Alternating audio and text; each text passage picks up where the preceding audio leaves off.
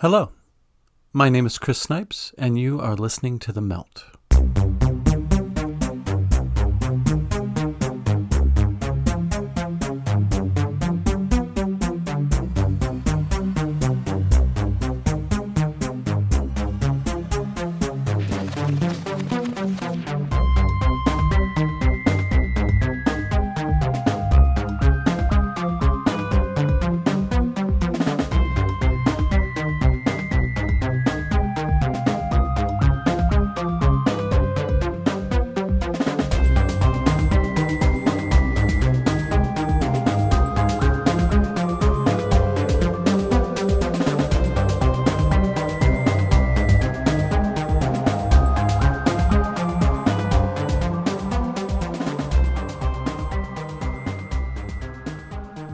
Okay, so I have no intention of ever making any part of the show having anything remotely to do with promoting any political stance or telling anyone how they ought to think in regards to the public theater and skullduggery commonly referred to as politics. It's like watching shadow puppets in a mirror whilst hanging upside down. It's a hoodwink and a laugh, isn't it? And today's U.S. political climate more and more seems to be making Jerry Springer seem like Lawrence Welk. So in the last 5 or so years, I began to watch how the extreme left, for instance, seems to be quickly backing itself into a corner with identity politics and call-out culture. The deification of victims is not the way to right wrongs. It's too simplistic and only serves to further concretize the dualism that already seems to have such a strong hold in mainstream culture. At one time, I would have easily considered myself an ally of the left. I mean, I was a liberal myself, and I wanted cognitive and spiritual freedom for all. And so lately, I keep getting reminded that even people who I consider to be open-minded, and even open-hearted, are just as capable of losing sight of the forest for the trees. They are equally as capable of getting puffy-chested and self-righteous and hateful as those who they claim to oppose less than a decade ago. And I then realized that although it is of utmost importance to question everything, it is of more importance to question ourselves first and foremost. If we ever stop being self-reflective and being willing to question what we tell ourselves is true, then we begin to calcify. We stop expanding and being curious and learning because we make the mistake of thinking that we have it all figured out.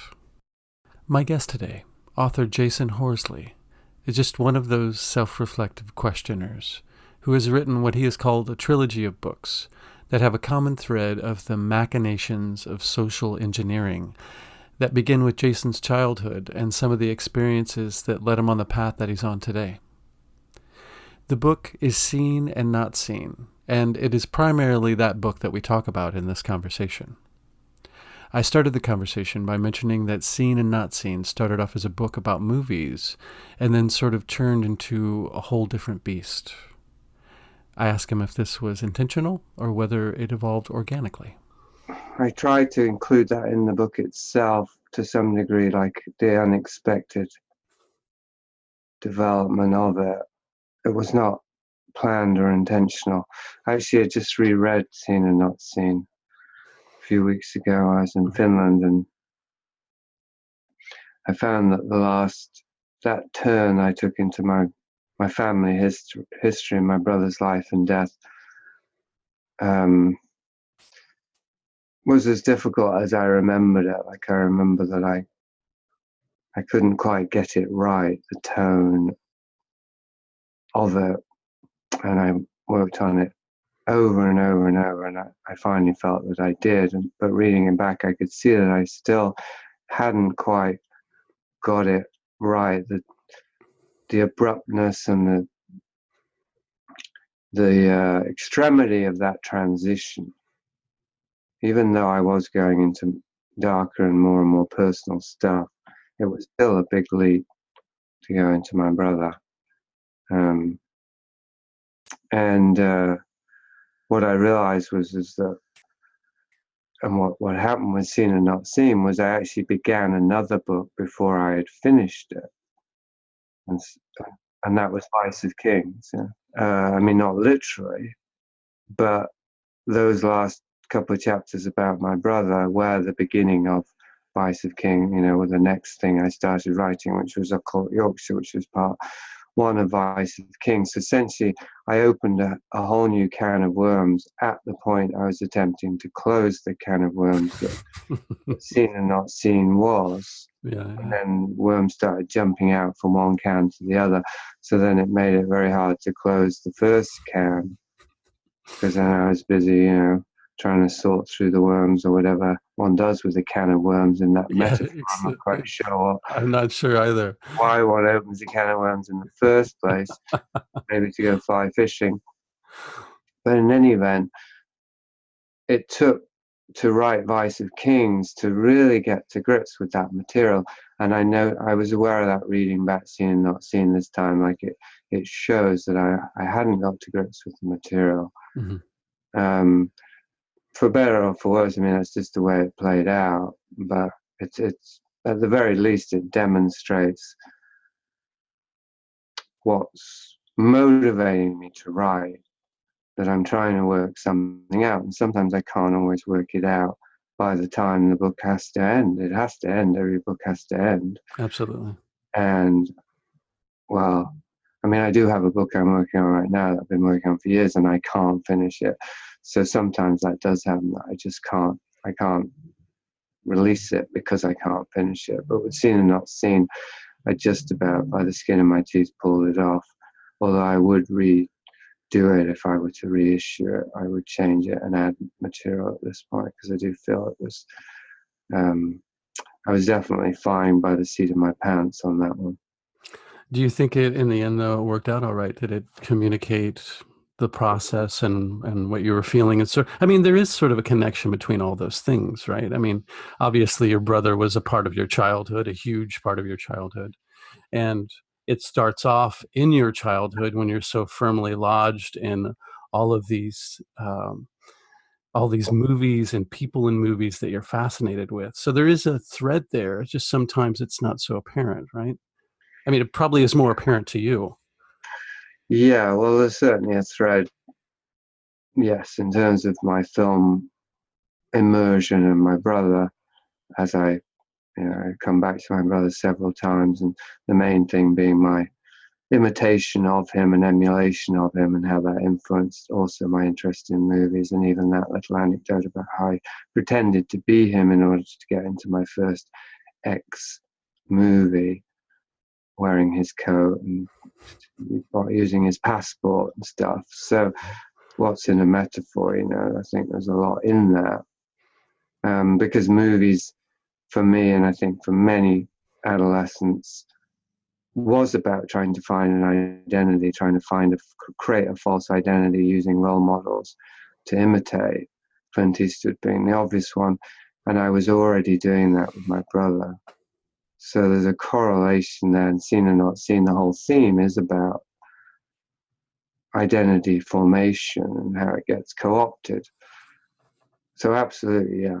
It was necessary for me to understand myself, not only to look at movies, but to look at my brother more closely, because he colonized my consciousness in a similar way. So yeah, thematically, it is all connected. It's just that writing about my brother was much more difficult because it's much more emotionally, affecting and disturbing than just writing about Clint Eastwood. Yeah, exactly. And I'm just going to not even ask you to do a Clint Eastwood imitation, because I know that I'm not going to get that from you. Certainly not to do the whole interview in Clint Eastwood speak. Yeah, you wouldn't get much out of me. Yeah. No, I figured that. So I like how you put it in the book too, that you allowed movies to tell you who you were, which I think is a very brilliant way of putting that, because I did the exact same thing when I was a kid too. Well, that's a reference to The Matrix as well. Oh, yeah, of course. I didn't even put that together. But yeah, I think when I was a kid, I was grasping so much for all these worldly experiences that I wasn't getting because I had a very sort of a sheltered suburban life, you know. So anything reeking of adventure or danger or, you know, bullets and blood and all that stuff, there's like was very necessary for me to, that was like the only life experience I could get at that time, was vicariously watching movies, you know. Right. Well, intensity, certainly. Exciting intensity. But as I also point out in the book, the extent to which we've got unprocessed trauma as a result of too much intensity, I think also dictates how much intensity we need as an escape from that.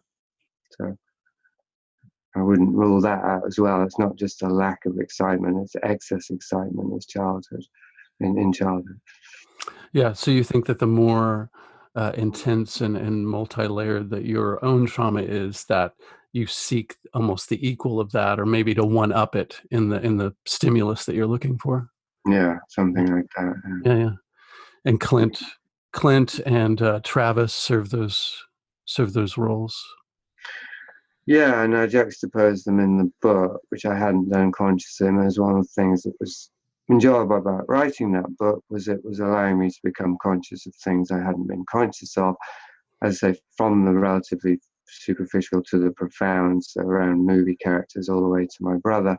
And with Travis and Clint, I hadn't really thought about how I mean, of course, I thought about how one's an anti-hero and one's an anti-anti-hero. I had thought about it to that extent, but in terms of my own psychological development and role models, how Travis exposed the mechanics of the Clint Eastwood identification figure, as in he's a more realistic kind of figure. But somebody like Clint Eastwood in the real world would be more like Travis Bickle. Yes, flaws and all. Yeah, a very lonely, self-destructive person, and I love Travis in a very different way to how I love Dirty Harry. Obviously, I wanted to be Dirty Harry. I didn't want to be Travis. I felt sad for Travis, like he invoked my compassion. So that's a very different response. Right? Just wanting to emulate the strong, powerful figure. It's actually seeing the weakness and the loneliness at the heart of a seemingly strong figure. Absolutely. Who was kind of taking things into his own hands, but very ham-handedly so. Well, it's what's called a displacement activity. He really wanted to get laid, but he couldn't get laid. He couldn't connect to anyone, especially women. So then he had to find other outlets for his libido. Therein the ham-handedness lies, as it involves firearms. Mm. and political figures. It's actually been years since I've watched that movie, but I've been meaning to get back to it since you brought it up again in your book, because I remember being very compelled by that. Like I sort of simultaneously understood his frustration, but yet obviously didn't relate to the way that he manifested that, the desperate way that he tried to grapple with all of that. So is it also too that these sort of quote unquote bad men, as you put it, you were drawn to them because they brought some sort of they had their world under control. They were taking the reins and being very proactive. Mm. Well, that's very fundamental, isn't it, to the appeal of the American action hero? That's absolutely what it is, right? Yeah. So it's a masculine quality, supposedly, to make decisions and take control and take charge of the situation, protect the women, protect the community, all of that stuff. The Western hero is the prototype, for the police hero, and now the superhero keeps evolving, doesn't it? Becoming more and more futuristic. But yeah, essentially it's that. Although there's an interesting, I think, paradox of contradiction that's becoming more apparent with the superhero, which is that kind of hero, the manly man, is actually kind of infantile. Like, he doesn't settle down, he doesn't marry, he doesn't have children. He's stuck in an arrested stage of development, and that's very obvious as a superhero, even especially Iron Man, who seems to be the linchpin of the Marvel universe at this point, which is odd because he never was in the comic books. But I think because Robert Downey Jr. plays him, and he's the most talented actor they've got in the Marvel studio, although they've got no shortage because everyone wants to do it now. But yeah, Iron Man is the way he plays him, he is a very kind of childish sort of character, Mm-hmm. a playboy and always making jokes, never taking things seriously. And I mean, that isn't obvious with the prototypes of these Western figures like John Wayne and Clint Eastwood, but it's more subtly indicated. The fact that they don't really do human relations, the fact that they're only really at home or at peace when they're being violent. That suggests somebody who's not very psychologically developed or mature, doesn't it? Exactly. And there's not a whole lot of self-reflection involved. No, that's right. Plow forward, get the job done, think about it later. That's a waste of time, yeah. Well, and interesting enough, that was how Clint Eastwood described himself, because of course I admired Clint Eastwood more than I admired Dirty Harry. There's a kind of process of transference. It starts with the character and then ends up with the actor. And in Clint Eastwood's case, the director. He became, this figure of worship for me, more than the characters, the man behind the characters.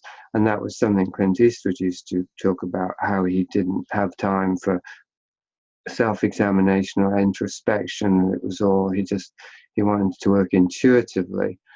And that's actually the opposite of how I work intuitively. Well, no, I do work intuitively, but I certainly don't leave out introspection. I'm not sure where I was going with this exactly, but there's a point that I make in the essay about Pauline Kael and Clint Eastwood, which I think is relevant here, which is that there's an inherent contradiction again in these figures that we admire, as you're saying, the decisive male action hero type, that gives us this sense of that's how we want to be. Well, they're playing characters who are completely at odds with who they actually are, because a Hollywood star is very much the inverse of this strong, independent action figure. A Hollywood star, as I write in the book, is like a kept horse in a stable. He's just part of this great corporate machinery. He has to read lines. He's absolutely opposite of autonomous. There's a really profound contradiction in that. I admired Clint Eastwood for being able to play and embody these characters that were really the opposite of himself. So it was like a sleight of hand. Because if I'd known more about who Clint Eastwood really was, which I also write about in Seen Not Seen, and I read the Patrick McGilligan biography, I wouldn't have been able to admire him, because he's not an admirable person, Clint Eastwood, at all. And he kind of self-created that own myth too. He didn't do a wide variety of movies. They were all sort of like the tough guy, squinty, shoot out a couple of one-liners and then get the job done. Like he wasn't playing any later on, but yeah, later on, absolutely, when he had no choice. Yeah. So you also mentioned that you really had a fascination for super violent movies too, and even sexually violent movies. What do you think all of that stemmed from? Well, I mean, I answer that in the book because that's the main subject matter of the book, I would say, really, and that's partly why it's called Confessions, because it really does have a confessional aspect to it. One thing I don't get into in the book clearly, although it might be there implicitly, I'm not even sure, is what was the evolution, if you will, between a fascination or an attraction to ordinary violent movies, as in Clint Eastwood style movies, and sexual violent movies, as in the video nasties, such as I Spit on Your Grave. Last House on the Left, a bunch of others. Evil Dead even has a rape scene, rape by a tree. A lot of those movies coming out at that time, even if they weren't video nasties, as in banned horror movies on video that I was able to watch because there was no restrictions, did have scenes of sexual violence against women. And I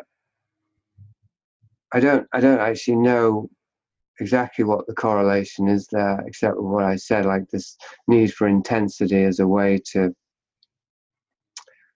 I suppose maybe it's like cutting, teenagers who've grown up with intense trauma, they feel dissociated and alienated and depersonalized, and they've got this internal anguish which can be unbearable, and cutting themselves is actually a way to relieve that, because I think it brings them more in their body for one thing, and then it gives them something to flood out their awareness. Mm-hmm. Like they've got all this emotional and psychological distress. If they cut themselves, then all their attention goes on the physical distress of actually bleeding, and that relieves. It's relatively lesser. The pain of cutting themselves is relatively less than the internal anguish, so it provides relief. So I think probably something like that, like watching acts of violence provided relief. Now with the heroic, with the traditional violent man revenge fantasy like Dirty Harry, it's obvious that the relief there, the kind of psychological mechanism is obvious. I identify with the strong man who's in control, who's killing the bad guys. So I was bullied by my brother, let's say. It wasn't actually going on at this time, but certainly I had it in my past. And other things that I didn't even remember. Unresolved traumas. To identify with Clint Eastwood in those movies would have relieved that distress and anxiety of being a victim by starting to feel like I was powerful enough to deal with those things in the past, even though they were past, right? So it's quite easy to see the psychodynamics of that. And now, and I haven't written about this in the book, but it would be interesting to have done so, maybe at another occasion. It's easy then to see the how that would extend into identifying with powerful figures even in horror movies. And the powerful figures in horror movies are usually the monsters or the psychopaths. And they're committing violence not in any kind of, justice, quasi-justice way, just as a, horrific, monstrous and sadistic, pathological way. But still, they're the powerful figure. And so something like that happened anyway in my adolescence, is that I went from being aware that I really enjoyed watching heroic acts of violence to enjoying watching villainous or monstrous acts of violence. And along with that shift, there was also a change in response, because Clint Eastwood movies aren't sexualized, at least not in obvious ways. And they're not designed to create an erotic response when he's shooting Scorpio or whoever it is, the bad guys. The violent, sexually violent horror movie and rape scenes in other movies are usually designed that way. They are designed to create an erotic response. I mean, an early example is Straw Dogs, which isn't a horror movie, although it does have the structure of a horror movie. Yeah. And the characters in it are like horror movie kind of monster types almost. So it's a sort of quasi horror movie, and it has this rape scene central to it, and it's an erotically designed rape scene. It's meant to be erotic. So that's almost like a precursor in my own development, not in the history of movies, but to then later these movies that I discovered also through video VHS, because there were dozens of them and they were very popular. So I'd go into the video store and then I'd be looking for horror movies, and some of them even were packaged in that way, as in with pictures of women being terrorized. Mm-hmm. So, I mean, it's a difficult thing to talk about because we're not very cognizant of this. There are certain oversimplified versions of such as how the video nasty was framed, that it's immoral, and that there's certain feminist arguments, about the male gaze and all of that.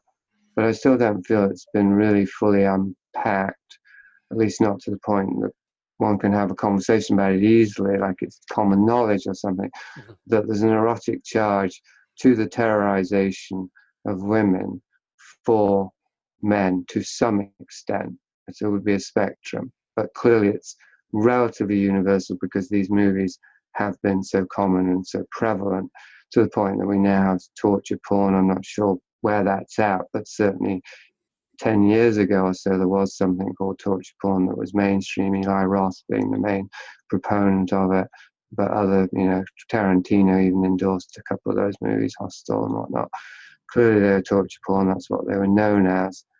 And now, of course, with the internet, people can watch anything. So perhaps that's how that need is being met. I don't know, but I think it still remains very much in the dark and in the shadows. So that was one of the things I wanted to bring out of the shadows with Seen and Not Seen, using myself as a case study.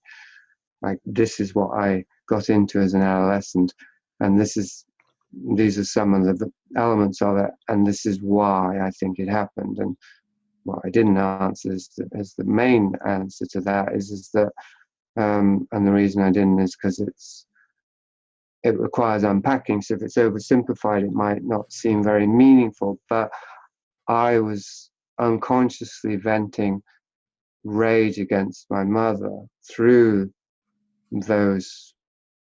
that media, because of how frightening she was when I was growing up. She was an alcoholic, and she was prone to fits of rage and irrational hostility and whatnot. And I lived under that for many, many years, my whole childhood. And I was consciously afraid of her. I also consciously was angry with her, hated her, and I consciously felt sorry for her. So it was a whole mix, and I loved her. So there was no way to really process those feelings because they were all tangled together. And I certainly wasn't able to express my rage against her, or even to really feel it much. And part of this was also perhaps the prime element was it, and this is even more complex, and I don't get into this in the book, but that had to do with how within psycho, really, it's maternal enmeshment between the child and the mother, that my libido was somehow hijacked by her. There's an element of emotional incest when a mother and a child get unnaturally and unhealthily bonded, and the bond doesn't separate. Isn't correctly. It isn't a healthy bond, so it isn't able to be dissolved in a healthy way. So it continues into adolescence and adulthood. That means that the male child grows into a man whose libido is somehow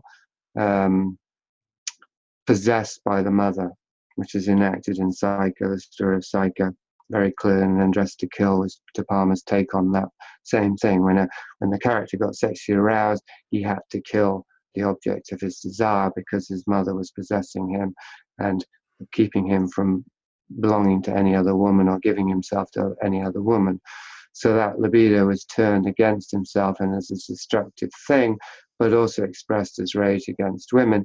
And I would say that what that is an unconscious attempt to free the libido from the clutches of the mother by literally cutting the woman open to actually get the libido back. It's a very visceral image, but that's what I've come to see even in the last few weeks, that I was trying to get my libido back from my mother.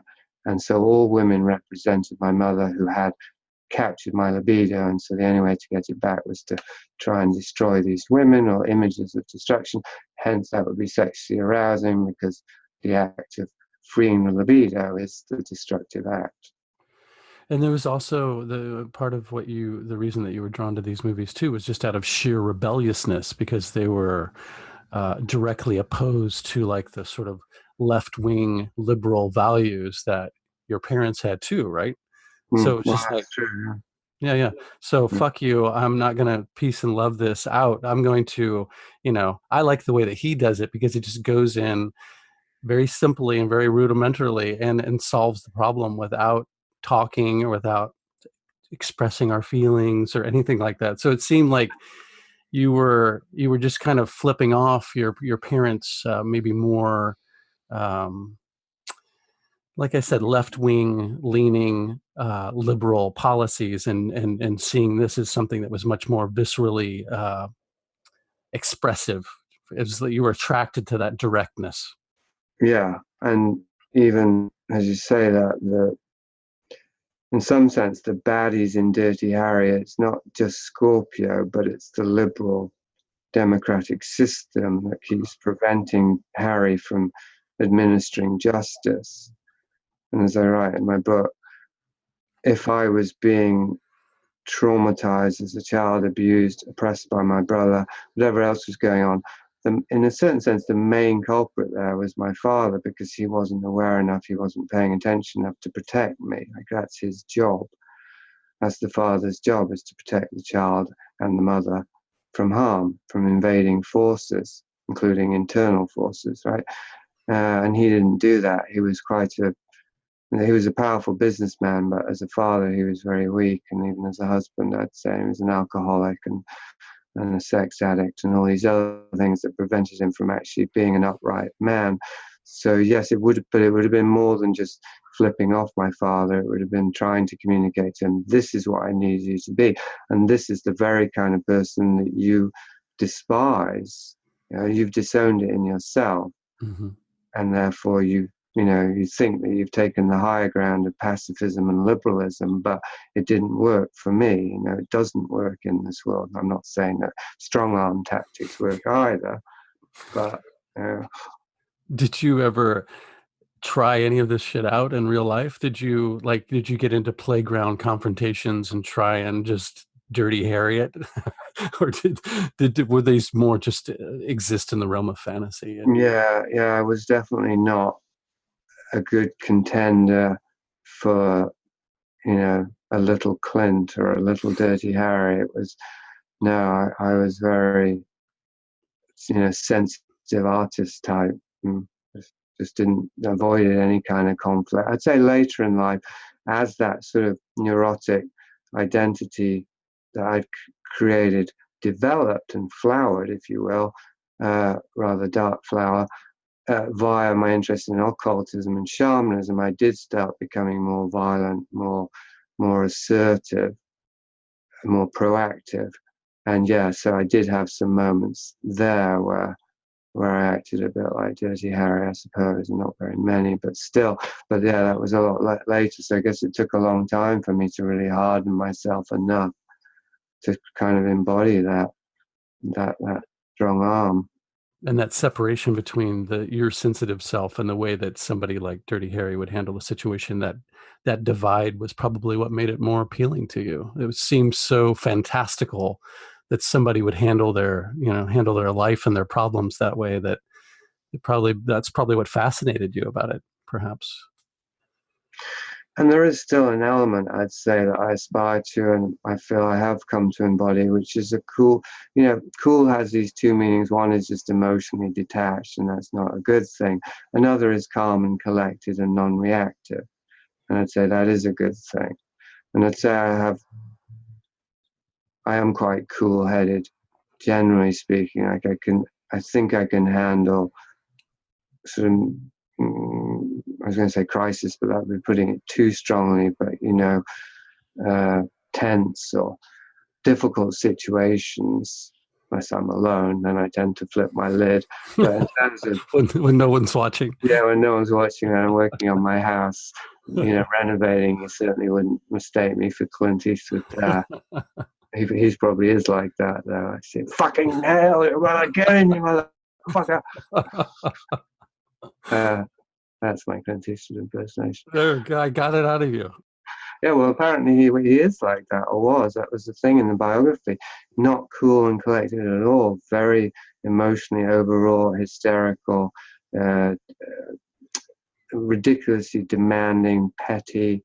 All these qualities, the opposite of what he embodied on the screen.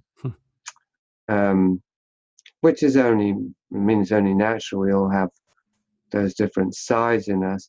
But I think this is one of, or the danger in trying to create an identity that this is the Jungian thing of the shadow. Now, if we try and put forward a persona that has all the qualities we find admirable, we're going to disown everything that doesn't fit with that, and then it's going to possess us in moments of crisis or whatever. It's at a certain point it's going to possess us, and all the ugliness will come out unleavened by any of those positive qualities. And that seems to be the case with Clinton. I think with many superstars and celebrities and gurus and politicians, why there's so much apparent corruption at this level of society is precisely because of this. In order to be successful, any of these figures have to compartmentalize and create a sort of super-egoic persona that has all these apparent virtues. Then the other side, the shadow, has to live in the darkness. Jimmy Savile is the classic example who I write about in Seen Not Seen. He himself said he's virtuous by day, but at night he becomes a wolf who stalks his prey. Well, it turned out that was literally true with Savile. We thought he was joking when he said things like that. It was literally true. He was this philanthropist by day and this jokey, friendly guy, and by night, perhaps it was literally day and night, although I doubt it. But anyway, behind the scenes, he was as close as we can get to a real life monster. Yeah. So anyway, yeah, that's definitely something that I've wanted to avoid, and I think managed to avoid in my life. But the movies were encouraging that tendency to, when you want to emulate a figure, you're emulating a two-dimensional character, even if it's a public figure. Like, even if I'm emulating Clint Eastwood, that's still just a two-dimensional thing, because I don't know him personally. So I'm not seeing all the angles. I'm only seeing him from the front on, and that's a two-dimensional image.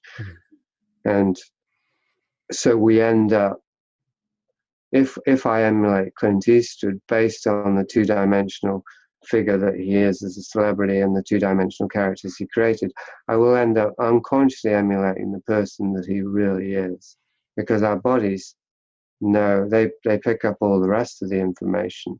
So I might think consciously I'm emulating a good guy, but I'm actually wrong about that. He's not a good guy, so I'm unconsciously emulating a bad guy, and the results will show, I think.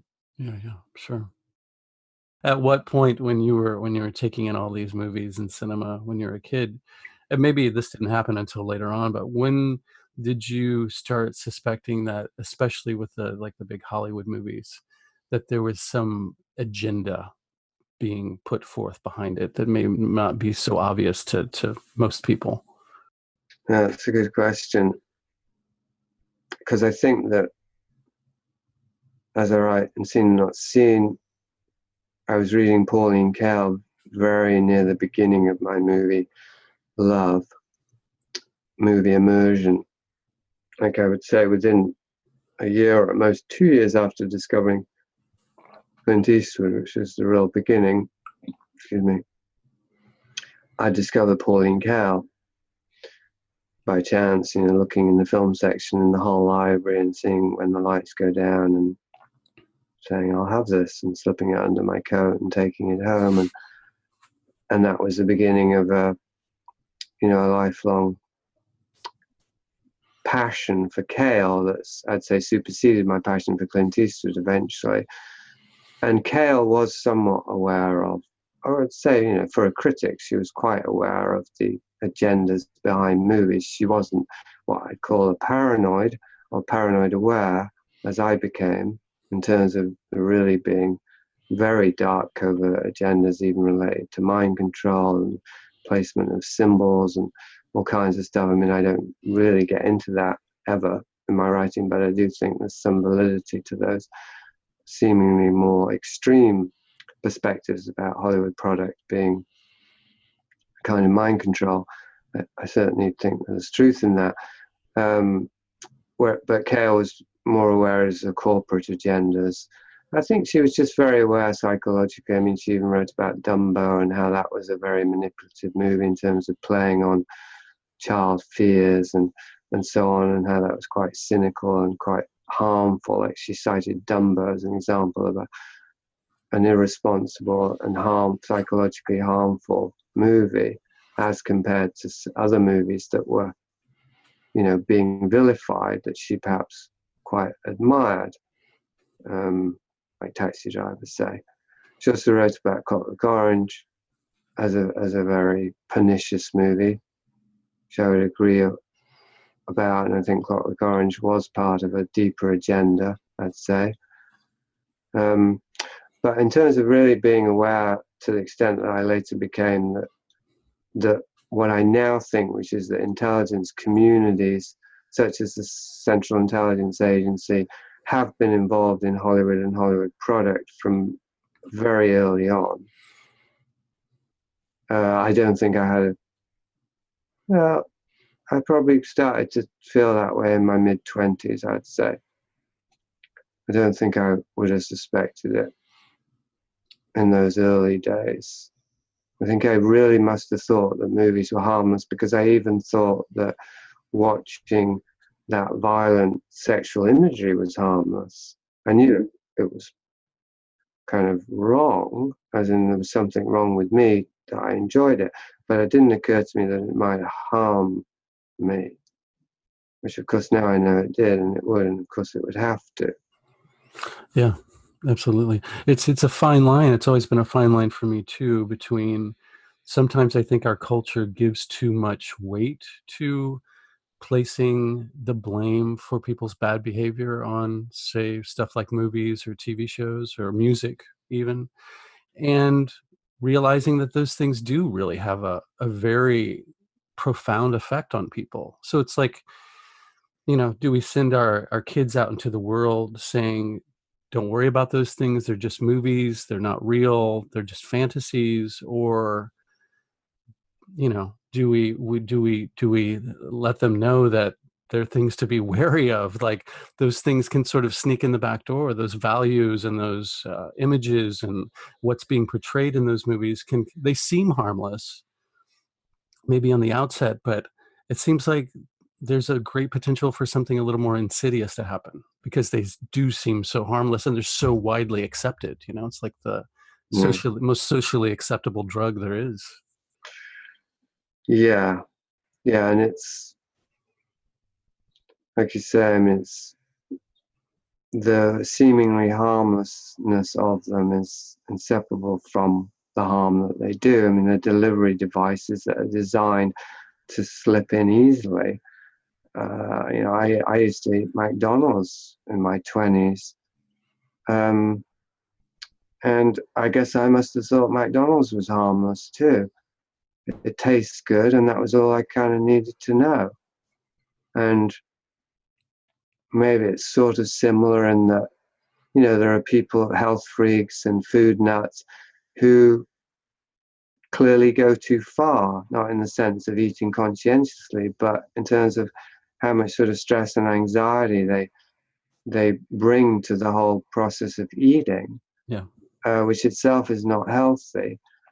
And so, we live in a world in which it's polluted. It's profoundly polluted at all these different levels, like, energetically with the technology, and culturally with the media, and nutritionally with the food, and so on. Like at every sort of sphere of society is pollution. So then we can't, unless we're going to live off the grid entirely, then we have to have some kind of immunity to that. It's not going to work to avoid all exposure to it, because you can't. So if you have a child and you completely isolate that child, it might be more vulnerable, not in a good way, when it finally encounters the toxic culture. You've got to find, I suppose, homeopathic doses, or it's a bit like vaccines, the good kind of vaccines, if there are any. But the principle of vaccine, you give it just a small dose of the thing so that the body develops immunity to it. Mm-hmm. That would seem to be the optimal arrangement. That would be really hard to do, because another quality of these things is they're addictive. because they provide instant gratification, whether it's the sensory, taste gratification of a McDonald's, or whether it's the kind of emotional gratification of violent or exciting movies. The fact that we get immediately gratified means that we keep watching, or we keep eating, or whatever, and we keep coming back. And it means it's harder and harder to experience satisfaction by more subtle means. Like, it's harder and harder probably for people everywhere in the modern world, if there's anywhere that isn't modern, postmodern, to enjoy a sunset anymore, because it takes too long, and you can't click and watch the moon and then go back to the sun, and then watch a deer frolicking, or we're so used to controlling the media now.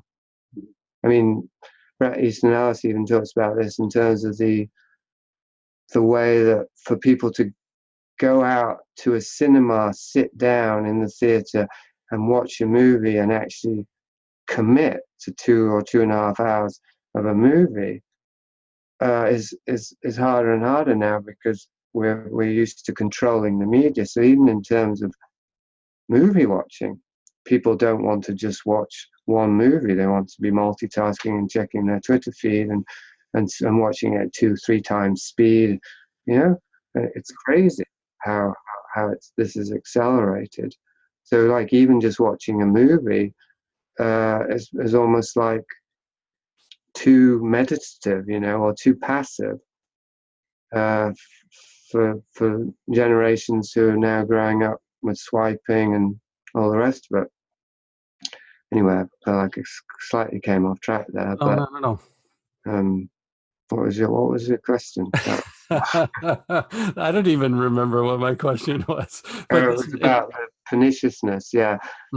And definitely it's true that it's very annoying, but this is part of the polarization we see in the world in so many different ways, that you have people who are aware of the harm that movies and other media do, but they make their case very badly. They state it. There's no nuance. There's no deeper awareness or analysis. It's like Christians saying, I don't even want to use an example, it will make your show R-rated, but homosexuals will go to hell. Well, it's very easy to dismiss that, but the alternative, which I grew up with, which is homosexuality is wonderful and we should celebrate it, it's not necessarily the right place to go either, because there's a whole middle area. It's what is homosexuality? What's the cause of it?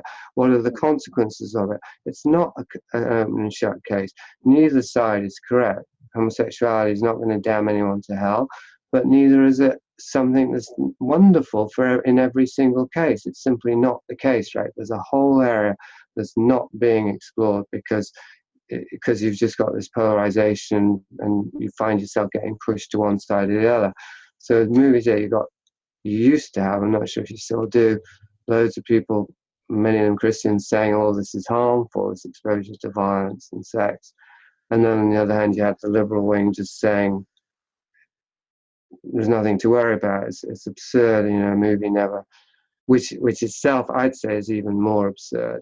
I think it's very strange, the kind of double think that wants to say that art is profound, that Shakespeare is the most, the most significant thing about us as human beings is the power of our culture, while at the same time saying, no, it doesn't have any effect at all. Like, it's just double think. Makes no sense. If one can be profoundly moved and edified by art, then one can also be incepted with destructive or neurotic ideological values and so on. They go hand in hand. But it's become unfashionable to take that position, largely because the people who did take it were supposedly right-wing Christians. Right? So I write about that in the book. Oh, no, it's in Vice of Kings, actually, about when I grew up. Mary Whitehouse was well known as a tight-ass prude who was going on about movie violence and other things, and we considered her a ridiculous figure. beyond contempt, beneath contempt. But actually, Mary Whitehouse was one of the few people who was aware about organized child abuse and other things. So she actually was quite a conscientious person also. But the way that she presented made it easy to dismiss her. And I think that that's been the problem, is there hasn't been enough deep analysis of culture in this regard. I mean, maybe there's been there's some that's academic, but not that's really, I mean, that's what I tried to do, it's in not seen anyway. It's to include the personal voice, to testify. I mean, nobody can argue with my own story. Well, they could say I made it up, I suppose. But, you know, I can look at my life and I can see the effects that this media has had. Yeah. I can also see, maybe tragically, that I'm still addicted. Like, even though I become aware, and I've become more and more aware of how imbibing culture is going to have negative side effects. And I have actually taken a week or two off watching media, so it got me at a good moment in my life, so I can say that. But I'll go back to it. It really is like a lifetime's addiction. Well, it's interesting. I want to just go back for a little bit what you were saying about sort of fast forward culture, where, you know, do people have the patience to watch a sunset anymore? And you mentioned something in the book about being so inundated with fantastic images that and experiences that they almost serve to heighten the mundanity of everyday life, you know, to make it even that much more ordinary. But a good way of crossing those two things, as far as the meditative nature of, say, something like watching a sunset, to go back to a director that I know that you're familiar with and you've loved at least some of his past work, David Lynch, the third series of Twin Peaks, which people have very mixed reactions about. You know, basically he approached it like an 18-hour-long movie. So there's periods where there's just 5 minutes of maybe somebody sweeping a floor, or these pregnant pauses where there's just two people silently looking at each other. And I like that. I like that he inserts those places in there that are kind of just like, you're left with nothing but your own thoughts. You're left with nothing but your own, whatever you're projecting on the situation. It's not inundating you with things or trying to manipulate you with how to feel about what's being said. It gives you a lot of breathing room to sort of insert yourself in it.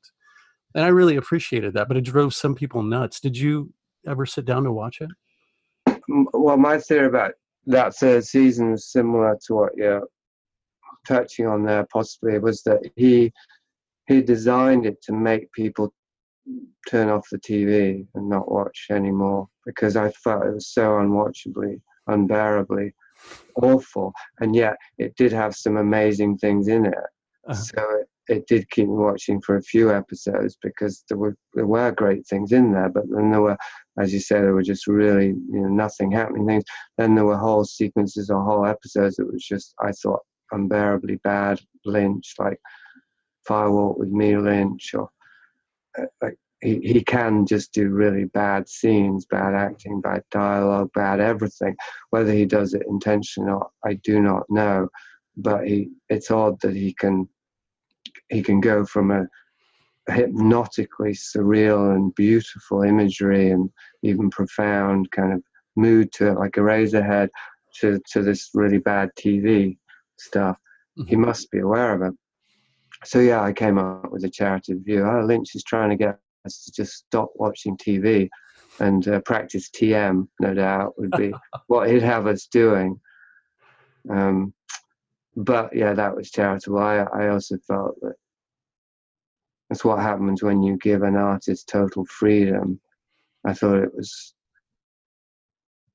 and I make this argument in a later book I wrote, Dogwood versus Hollywood, that I think the best movie art has come out of restriction, like artists working within quite narrow parameters. So The Godfather. Coppola didn't even want to do that. He thought it was a pulp novel. The Wild Bunch, Sam Peckinpah, it was just a very basic script, hardly anything in it, just another, Western. And he turned it into something transcendental. If I can use that word, might be a bit much. And so on. I think that's often the case. And if you give an artist too much freedom, they're going to indulge, which is what I felt Lynch did with Twin Peaks season 3. That's slightly off your point. Now, I do like movies and TV shows that provide that space that you're talking about, but I think that to do so, I don't just want to be staring at it thinking what's going to happen next, why am I watching this at all, and just start thinking about other things. I want to be transfixed. So he does that. Lynch does that with Eraserhead and some of his other scenes and films. And there are films, I can't think of any offhand, unfortunately. It's better to use examples where, there's very little happening, but somehow it's very absorbing and there's a stillness to it all. Did you, a little bit off topic, have you ever seen the Brian Eno video Thursday Afternoon? No. Oh, it's amazing. I don't know how it would work in this day and age, because it was meant to, I saw it when we were watching videotapes and we had TVs that you can turn on their sides, because the format that it was shot was that you were supposed to turn your TV on its side, and it was supposed to be sort of a portrait angle on it.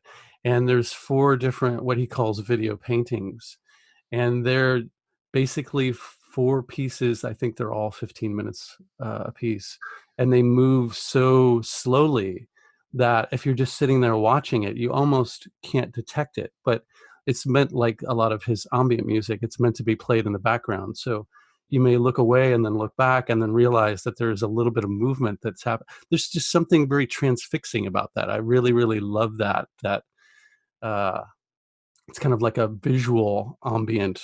I don't know if you're familiar with it. Of course, you're familiar with Brian Eno's music. One particular album, actually, Another Green World. Which endlessly, my favorite. Anyway, that's sidetrack. So, okay, how did all of this lead to your sort of fascination with the occult and the darker side of humanity and reality? Yeah, how did it? Because it wasn't obvious. I mean,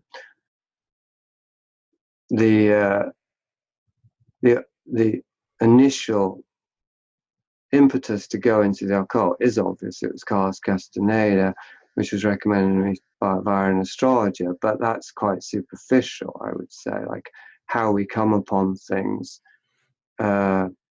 doesn't reveal, what it was that situated us in such a way that we would come upon that thing and respond to it. So why did I so deeply and rapidly respond to Carlos Castaneda? That reoriented my whole path, because it did. I was oriented towards movies, being a filmmaker, and then I discovered Carlos Castaneda. I'm like, boom, all right, to hell with all that stuff. I'm going to be a sorcerer. But it was an effortless transition from wanting to be. Interesting, there's a John Borman book, Money into Light, where he talks about, because when he was making Emerald Forest, and John Borman's an interesting character because he's very eloquent and intelligent, but he can't make good movies. Pauline Kael said that. He just doesn't know how to make movies. It's odd. And he himself has acknowledged it. He'll make half good movies. But anyway, I don't know if that's relevant or not. But the thing, Emerald Forest, he was making it with his son, and he was hanging out with a shaman there, or a parent shaman, who knows, what makes a real shaman. But and the shaman, when John Borman described to him what he did, as in using light to create images and then tell stories, the shaman said, "Oh, that's the same thing I do." So of course John Borman was happy about that. Mm-hmm. And I do think there is something, and this is in Castaneda too, which is the power of dreaming. As one of his later books, the worst one actually he ever wrote was Art of Dreaming. which is about how lucid dreaming can actually be a doorway to another realm, the second attention, which is objectively real, but non-physical, and in that realm we can actually create realities. Like we can shape reality and then keep returning to it and working on it. So that would of course be like movie making, and even dreaming. Ordinary dreaming is very like movie making. Really, we go to sleep and then we're creating images and we're telling a story. We're just doing it unconsciously. So there definitely is a profound aspect to movies. They are like an extension of, or a hijacking of, our power to dream. There's that F. Scott Fitzgerald quote, which is very mysteriously unlocatable on the internet. Like you can find everything on the internet, but this quote, I cannot find it, at least last time I looked I couldn't, on the internet, which is, "The movies have stolen our dreams. Of all betrayals, this is the worst." And what he was talking about, I believe, is that, and others have written about this, that we have this natural power to imagine, which somehow connects us to the divine. And I write about this in Seen and Not Seen. That the thing, faith is the belief in things unseen. Well, imagination potentially is the power to see things unseen. Like the imagination can be a faculty not just to create false realities, but to get a sense of the shape of a hidden reality. So that faculty within us, the imagination, potentially connects us to the divine. And it was hijacked by movies, yet at the same time, movies were the result of it, as in we used imagination to make movies, but then movies made by the most imaginative people, not the most perhaps, but some imaginative people who were able to be successful, socially speaking, and to get that power, used their imagination to create these movies that would then capture our imagination. Also comic books, Stanley and all those Marvel comic books that captured my imagination as a child. Well, you could say that that's a natural potential in myself for self-discovery, self-transformation. Who am I really? That's kind of like my secret identity, or our secret identity, the life of our soul, that's connected at other levels of being to all of nature, perhaps to the planets and the stars, to, who knows, angels, archangels, ancestors. There's a lot of fuzzy belief around this, but let's say it represents some element of truth, that again has been kind of co-opted by runaway imaginations and turned into something a bit fake, as in the New Age movement, or something totally fake, as in Marvel superhero comics and now movies. Our imagination then is being co-opted by these corporations and then hijacked. Or like when we watch a movie, we're giving our imagination to those stories. They wouldn't really, it's a bit like the tree in the forest, they wouldn't have the power that they have if we weren't fixing our attention on them. So it's like we feed them.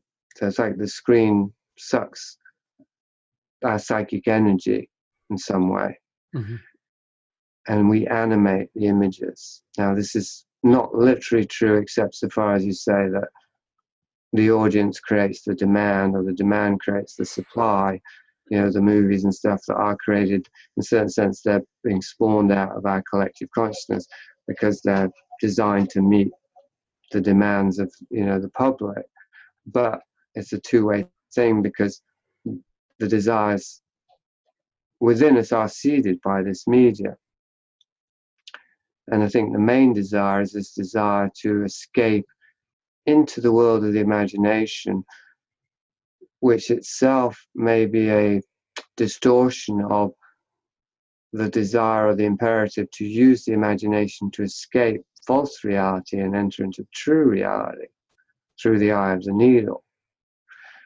In the gospel terminology, the kingdom of heaven that's within that would be the power of the imagination focused only on the real that's invisible, the invisible kingdom of God.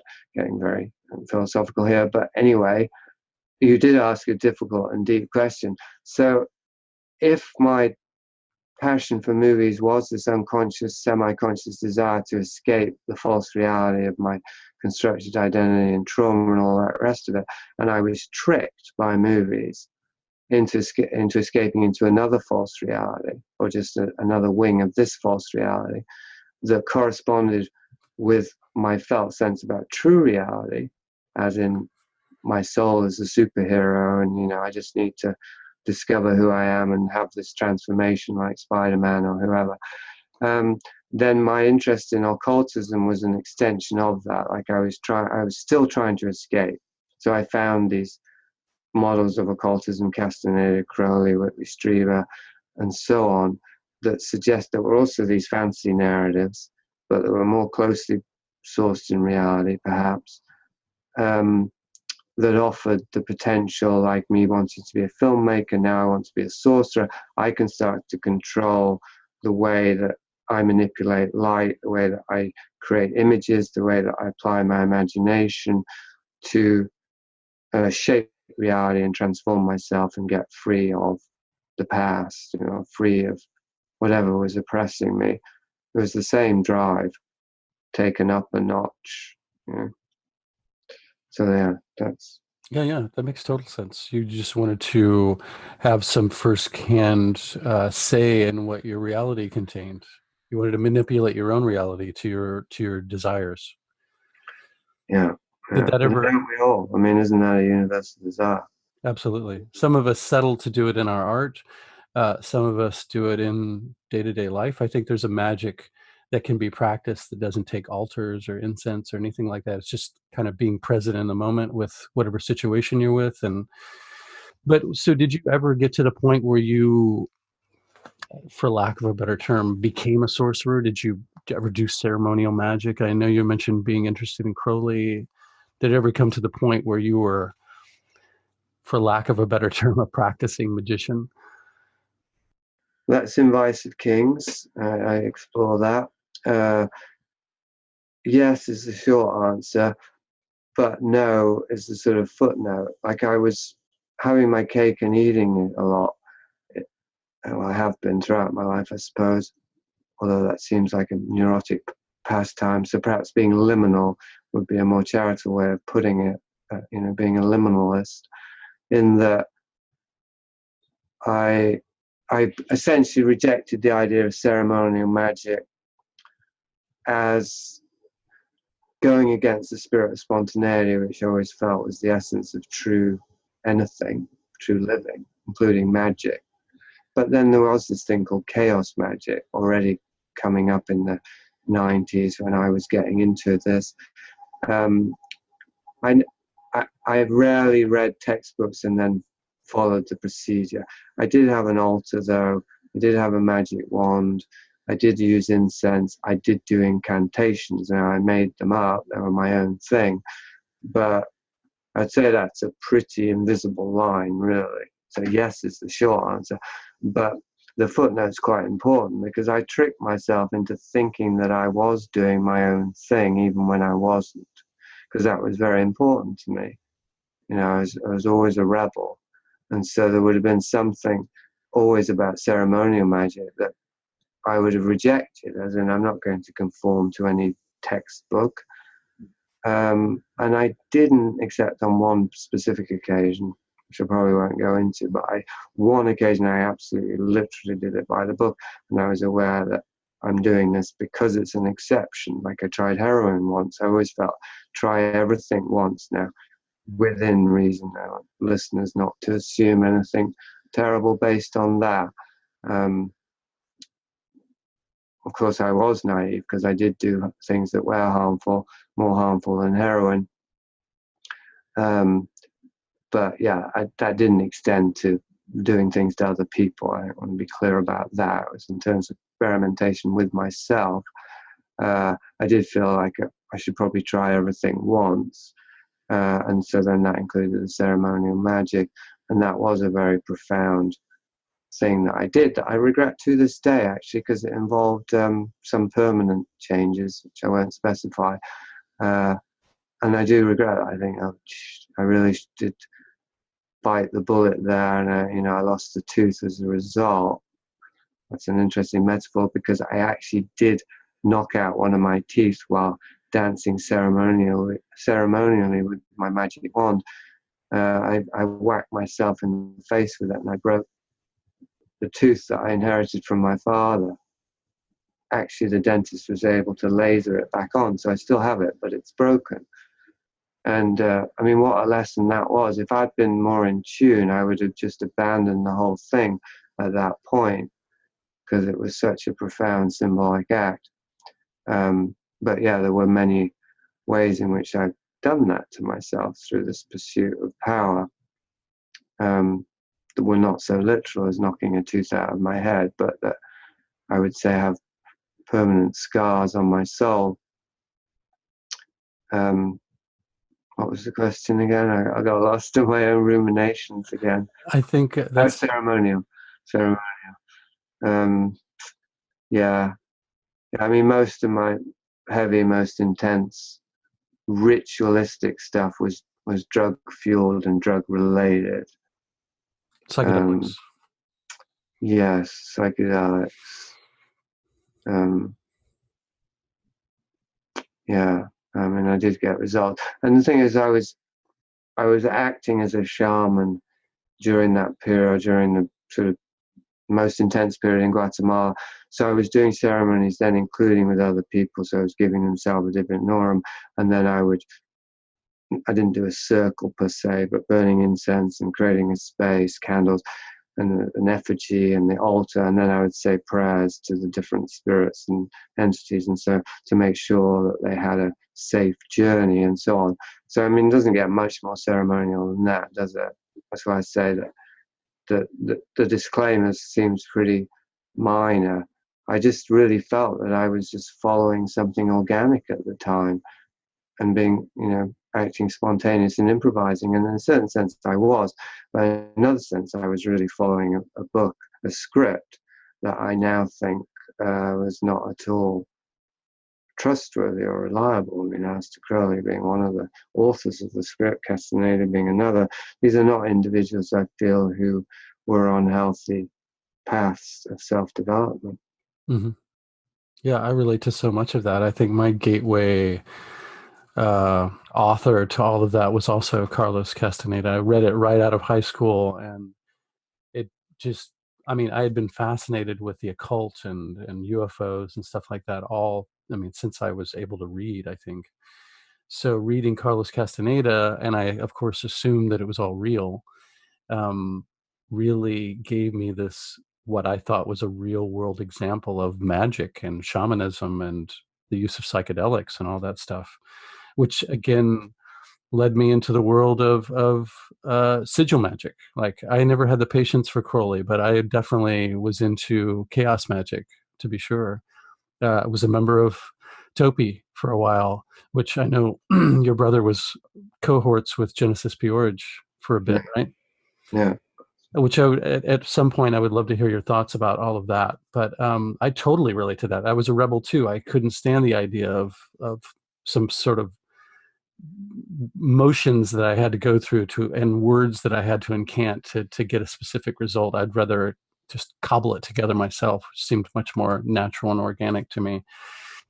But that only lasted for a while too. I mean, I got some results, but I ended up meeting a lot of people who were really cool, but some that really had a lot of dark shit around them, and it went south pretty quickly. I think the Topi station of in the United States at that time just started infighting, and of course egos. Anytime you get a magical secret society group together, everybody's got to one up each other. There's got to be the hierarchy of who can practice the best magic better than others, and it's just ridiculous, so stupid. But I learned some stuff, but I don't feel like I don't feel as remorseful, I think, as you do. I was going to ask you that too. You seem to genuinely feel like you wish that you wouldn't have gotten involved with all of that.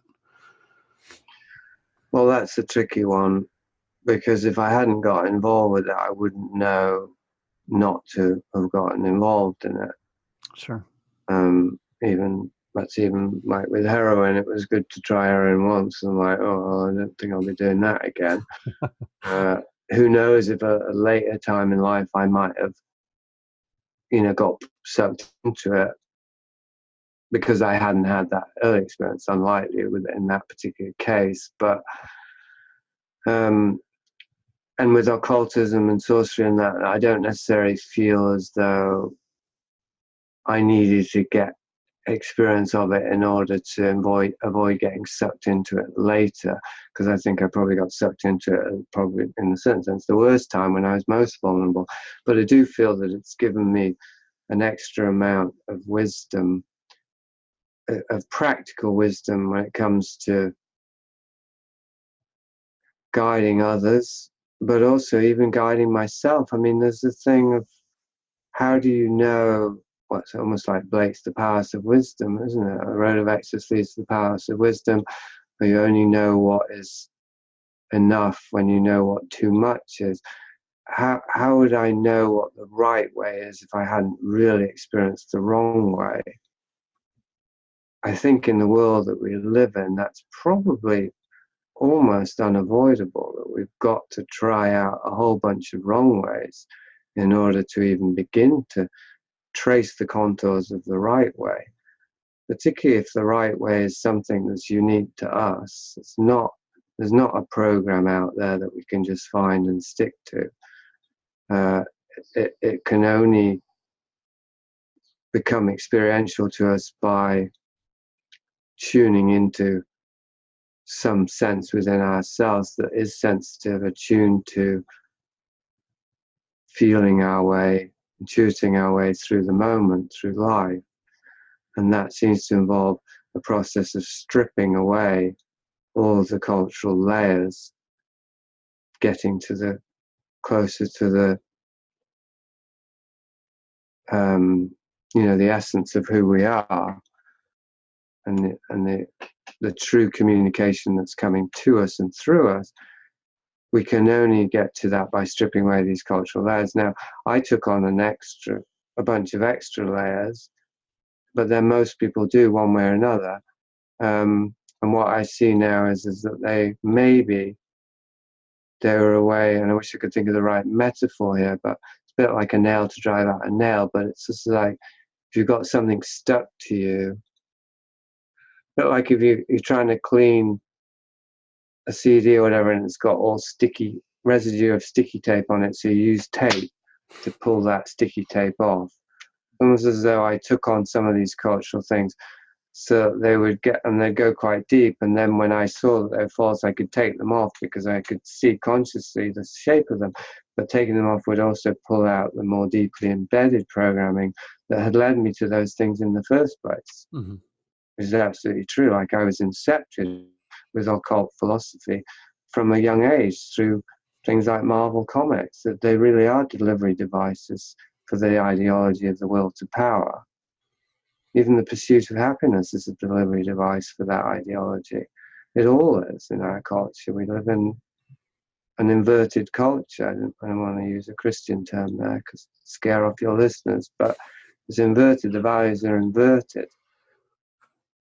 So yeah, one way or another, the culture gets its hooks into us, and connected to those hooks is this leviathanic egregore of money, power abuse, dark worship, will to power, defiance of the divine, whatever we're going to call it, the Luciferian rule in hell principle. It gets into us one way or another through whatever things that we latch onto in childhood and adolescence. So then, it seems as though I found a sort of suit of armor that A, would become so clunky that I would realize I can't possibly live inside this suit of armor, but B, was such a good fit for my false identity that it got attached to it. So the only way to take off the armor was to take off the false identity that had cobbled the armor together. So that's the process I've been in. Like I took on a whole bunch of beliefs that were wrong. And yeah, so to regret it doesn't really make sense. What I regret is the harm I did to my body as a consequence of those things, but I don't see how I could separate that, like the psychedelics, the tooth bashing. I jumped off a balcony in Guatemala when I thought I could fly. Classic case. I didn't really think I could fly, but I thought I would get, it's the devil's temptation. I thought the angels would carry me down, and they didn't, and I bruised my heel, and I think it's probably had a permanent effect. So there's various things I did to harm myself physically, and this kind of mad Übermenschen bid for total freedom, total liberation by facing all fears. And then the psychedelics, which I believe do untold harm to the body, to quote Castaneda, at a subtle level. I think I'm still healing. I think I'm still healing and recovering. So I do, it's hard not to wonder if somehow if I hadn't been less traumatized and less driven in these behaviors, maybe I'd be a lot better situated now, but it doesn't really make sense to think that way, except as a sort of cautionary tale to others. Like, I wish I hadn't done it, so I hope you don't do it. Like, my niece takes a lot of psychedelics, and I try to be as clear to her as possible why I regret having done so. Mm-hmm. Does she? Yeah. Go ahead. Just that, even though there's no point in regretting it, but to communicate regret to somebody who might not make the same mistakes I make can be useful. So you think that there is a possibility of somebody doing that in a mindful way that wouldn't necessarily be as maybe self-destructive as you did it in your context? Well, there's definitely that. I mean, definitely ways to do it that are less neurotic and compulsive. I don't know whether it's possible to do the psychedelics at all without it being harmful. I have tended to believe no, but I did have a recent experience with somebody who had taken ayahuasca, and they seem to have benefited from it. I mean, they'd taken it a few times, and they didn't seem to. I didn't see any evidence of unhinging and the usual things I see evidence for. I think a general belief in psychedelics as agents of transformation is wrong-headed. I will say that. But I don't think that means that it's impossible to do them in a way that is beneficial. Mm-hmm. I would say one of the tells if somebody's doing it a lot, and by a lot I would mean even once or twice a year, I would say it's a lot. And there are some people doing it once a month or even once a week, and I just think it's just crazy. Like this, the central to the use of those plants, as I understand it, in the traditional or shamanic or the indigenous sense, was preparation. So possibly years of preparation for a single transformative experience, which is how it is in psychotherapy. You go through it for years and years, and then maybe you have a breakthrough.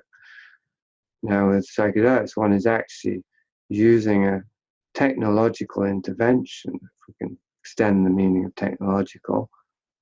One's using something to accelerate one's consciousness or one's evolution or whatever into states one wouldn't normally enter into.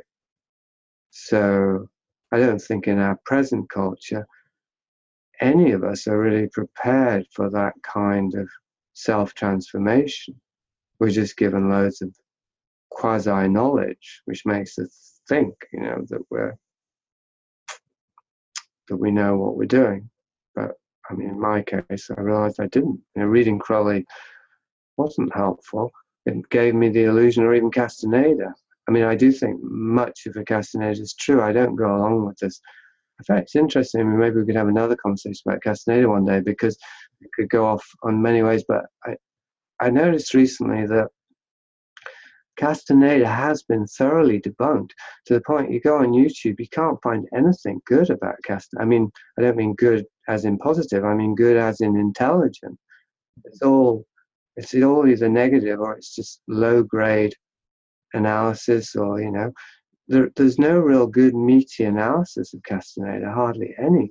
He's been really effectively vilified, and although his books may still be selling, I presume they are, he's not taken seriously as a cultural figure anymore, and that's really remarkable. Like, there are so many characters out there that should happen with, in my opinion, like Crowley, but Castaneda, I don't think, is one of them. I think his works really do have profound value and meaning. I think they're harmful because knowledge itself is dangerous. So I think that, but that would mean they do need more analysis, more understanding, not just the debunking. So I think that's interesting. I mean, to me, that suggests, that's almost like validating that somehow the culture, or there's been a movement to discredit Castaneda in a way that I don't find convincing. I don't believe he just made stuff up, not for a second. I think it's a mixture of really true knowledge, which he had to reframe, or he chose to reframe in a way that would make it accessible, and that involves a degree of fabrication and, not confabulation, but creating composite characters and events and so on. So he definitely fudged it. And I think more importantly, he himself was unhinged by the knowledge, and so the books themselves are potentially unhinging. But that, to me, is a much more important criticism than the relatively superficial one, which was that he was an academic hoaxer. Well, if he was a sorcerer, he was doing a lot of hoaxing anyway, control folly and erasing personal history and all that stuff. So anyway, it's a bit of a digression, but yeah, maybe another time we talk about Castaneda. Absolutely. But my main point was just that knowledge that just comes without the context of a personal relationship, as in via books, doesn't prepare us for transformation. I don't believe it does at all.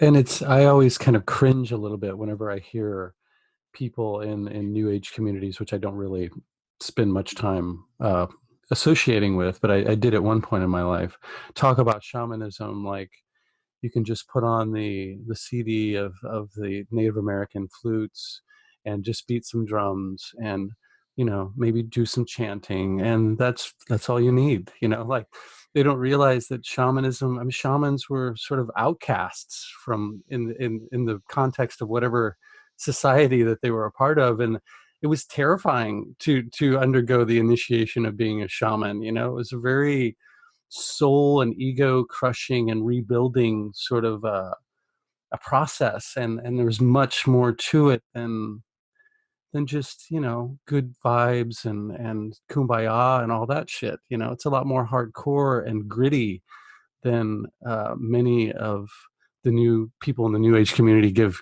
lip service to.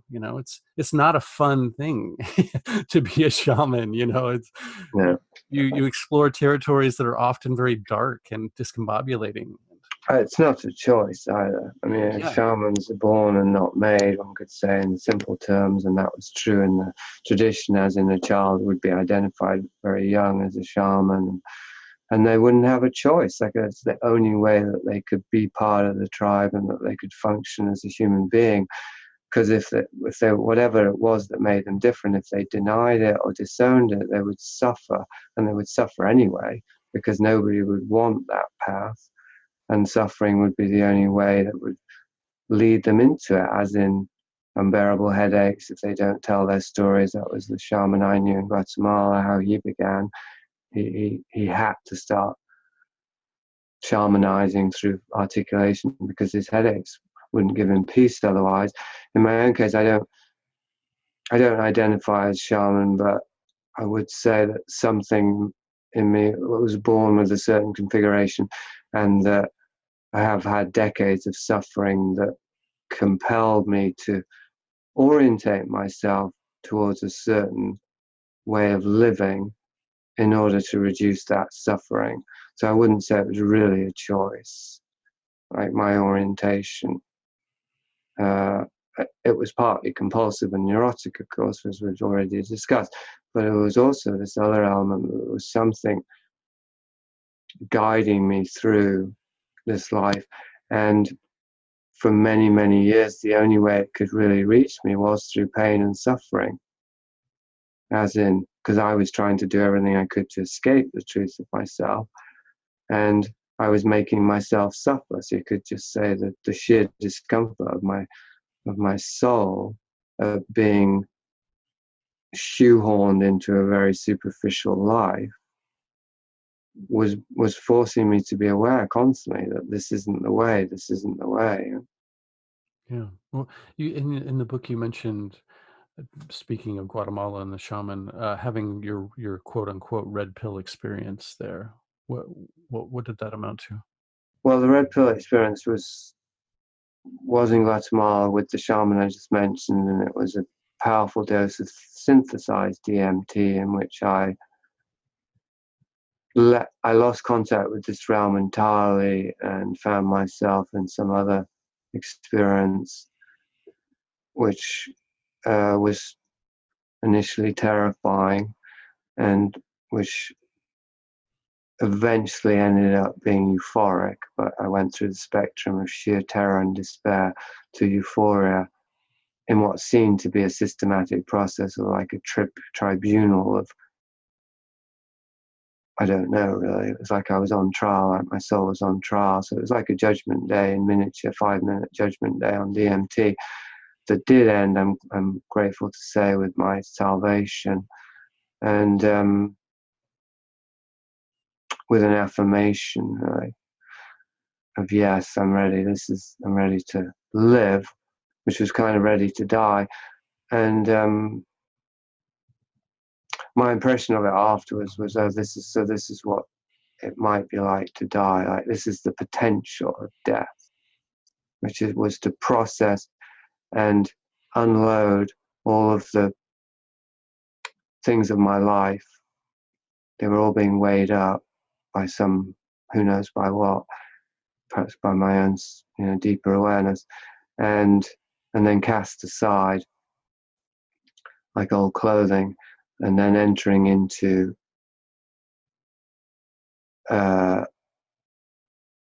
another state of being that, I mean, in Castaneda terms, I saw it as going into the third attention, like it was quite a terrifying experience, as I say, and afterwards I found myself on the edge of this other state of being, which seemed to transcend everything human, and it was quite terrifying. It was quite terrifying, but it also seemed to be the only way to live, like the only way forward. Like it was reality. It was like this gateway to reality, and if I wanted to live, then I had to go through this gateway and be annihilated by it. Anyway, so hence the red pill. Hence it was like, okay, so this is what it would be like, or this is what it was like briefly, to get unplugged from the matrix. Not, as you said, a pretty affair, not a matter of some incense and flutes and kumbaya. Just the most terrifying experiences imaginable to have, essentially. How did you ingest it? Because I know DMT doesn't take long to metabolize in your Yeah, body. smoked it, and that was part of the problem. It hit so fast I couldn't put the pipe down in time. I mean, I think I did put it down, but I was already leaving this physical realm as I was putting the pipe down. So I was thinking, oh shit, I'm going to drop the pipe. And that was the last thought I had, because my mind was completely wiped out by the DMT. But that thought carried with it a sort of intent or a mood or a flavor, which was, I'm getting it wrong. And that became, in the sort of infinitely expanded dimensions of DMT, that became, I'm being damned, I guess, because I'm doing it wrong. Mm-hmm. That was my judgment upon myself, and so the trip began with that Uh-huh. judgment. That sort of little snapshot that you had right as you were going in kind of Yeah, yeah, flavored everything. yeah. And they do say that, like, the last moment of your death will determine, the trajectory of your journey. Mm-hmm. Yeah, that's which I think is so outrageous that Timothy Leary wanted to die while under the influence of LSD. That just seems insane to me. And on camera too. Yeah, yeah. Did you see that documentary? And then they sawed off his head and threw it in the freezer for whatever fucking reason. You didn't see that? They sawed his head off. Yeah, he sawed his head is on ice somewhere. I don't know what the fuck they're gonna do with his head in the future, but we Yeah, have it's it. the brain. I mean, I know he had his brain frozen so that he could be resurrected, but I didn't know they'd just taken the whole head off. Yeah, yeah. It's so dark and grisly. It was really weird to watch. Yeah. Well, they didn't show sawing his head off, did they? I don't remember any specific shot of that, but they did have a shot of them lifting his head after it had been recently sawed off, and then literally like throwing it into an igloo cooler or something. It's really, really dark still. I Yeah, didn't know it was that dark, but yeah, it's it's very disturbing to me, and this could be another sidetrack. But I mean, I'm just reading Eric Davis's High Weirdness, and I like Eric Davis, and it's a well-written book. It's about McKenna and Philip K. Dick and Robert Anton Wilson. But essentially, he's advocating all of these figures. I mean, I do like Dick. I don't like the other two. Um, and the whole culture that they're embedded in, help to spread. And of course, that's very closely, intimately connected to Leary. And there's no acknowledgement of how dark and borderline satanic I think it was. And I think Leary is a real, case study in that regard as a successor of Crowley and all that. I didn't know this about the head. I mean, that just, yeah, I don't know. It's hard. I find it's one of the things I still struggle with is just how amoral our world has become, that we've seemed to have lost all sense of what's wholesome. And part of that, we've divorced the spiritual pursuit from what's wholesome and good, because we're in the postmodern time, aren't we, where yes, supposedly we're beyond good and evil. And so there's this whole philosophical set that Leary was part of, and all these other characters. Not so much Dick, but okay, Dick did seem to have a moral core, that have just kind of tossed it out, at least at a philosophical level. Now, maybe it doesn't mean they live that way, but again, like who your role models are, who you choose to admire or even write about in a positive way, that's going to be influencing how you are in the world. yeah, And that's why my focus has been so much, and I hope it's going to change, has been on looking at figures and cultural influences in a negative light, but ones that initially, for many years, I saw in a positive light, like to try and correct that balance. Like, yeah, so these movies were exciting and brilliantly made, or these writers and sorcerers were profound thinkers and transformative influences and all that, but they weren't wholesome people. yeah, They weren't. All of this wasn't part of a of a good, simple, wholesome life. It wasn't leading to that for them, and it didn't lead me to that. So then, what was it good for? I yeah, don't know. I don't really know what it was good for, actually. It was distracting. It was entertaining. I'm not saying there was no good in it, but again, it's like the McDonald's burger. If that was all shit, nobody would eat it. They've got to make it tasty enough that you really think you're eating good food, and that does involve putting good food in there, but it's all mixed up with stuff that is toxic. hmm and the intention behind all of that too, the whole industry, the disgruntled workers, all the things that it comes in contact before it goes actually into your body. I think that has something to say about it too. Yeah, exactly. Yeah. And then I think, it was always disconcerting to me to find out all of these people that I admired, and at one time I actually admired Genesis George until I had a discussion with somebody who told me some stuff about his past that led me to believe that I was absolutely just like absolutely deluded. Like this person seemed to be not a very ethically sound, good person, although so influential in the public forum. You know, so many people cut their hair like Genesis George, sent their sigils in on the 23rd of every month when they were a part of Topi. Just claim him as a sort of this underground icon when I don't think he was that. Come to find out, that good, that decent of a human being. And that happens so often. It's so disappointing to find out that somebody that I look up to just turns out to be a total shit.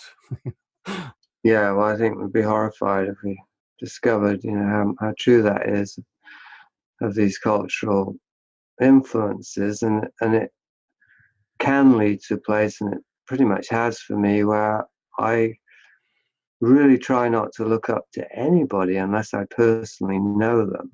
Yeah. And then, of course, it's very rare that I know anyone that I would personally look up to. I'm not sure if it's desirable or necessary to look up to anyone, but I do have this ongoing relationship with Dave Oshana in Finland, who I do look up to because he seems to have attained some sort of way of being in the world that, he seems to be able to act in a way that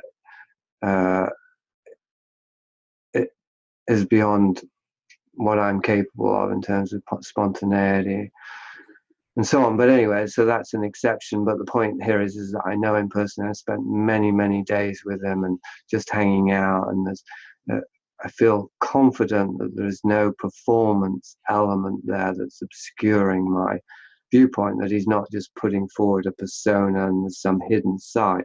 Of course, I can't ever know that 100%. One can't know that about one's spouse.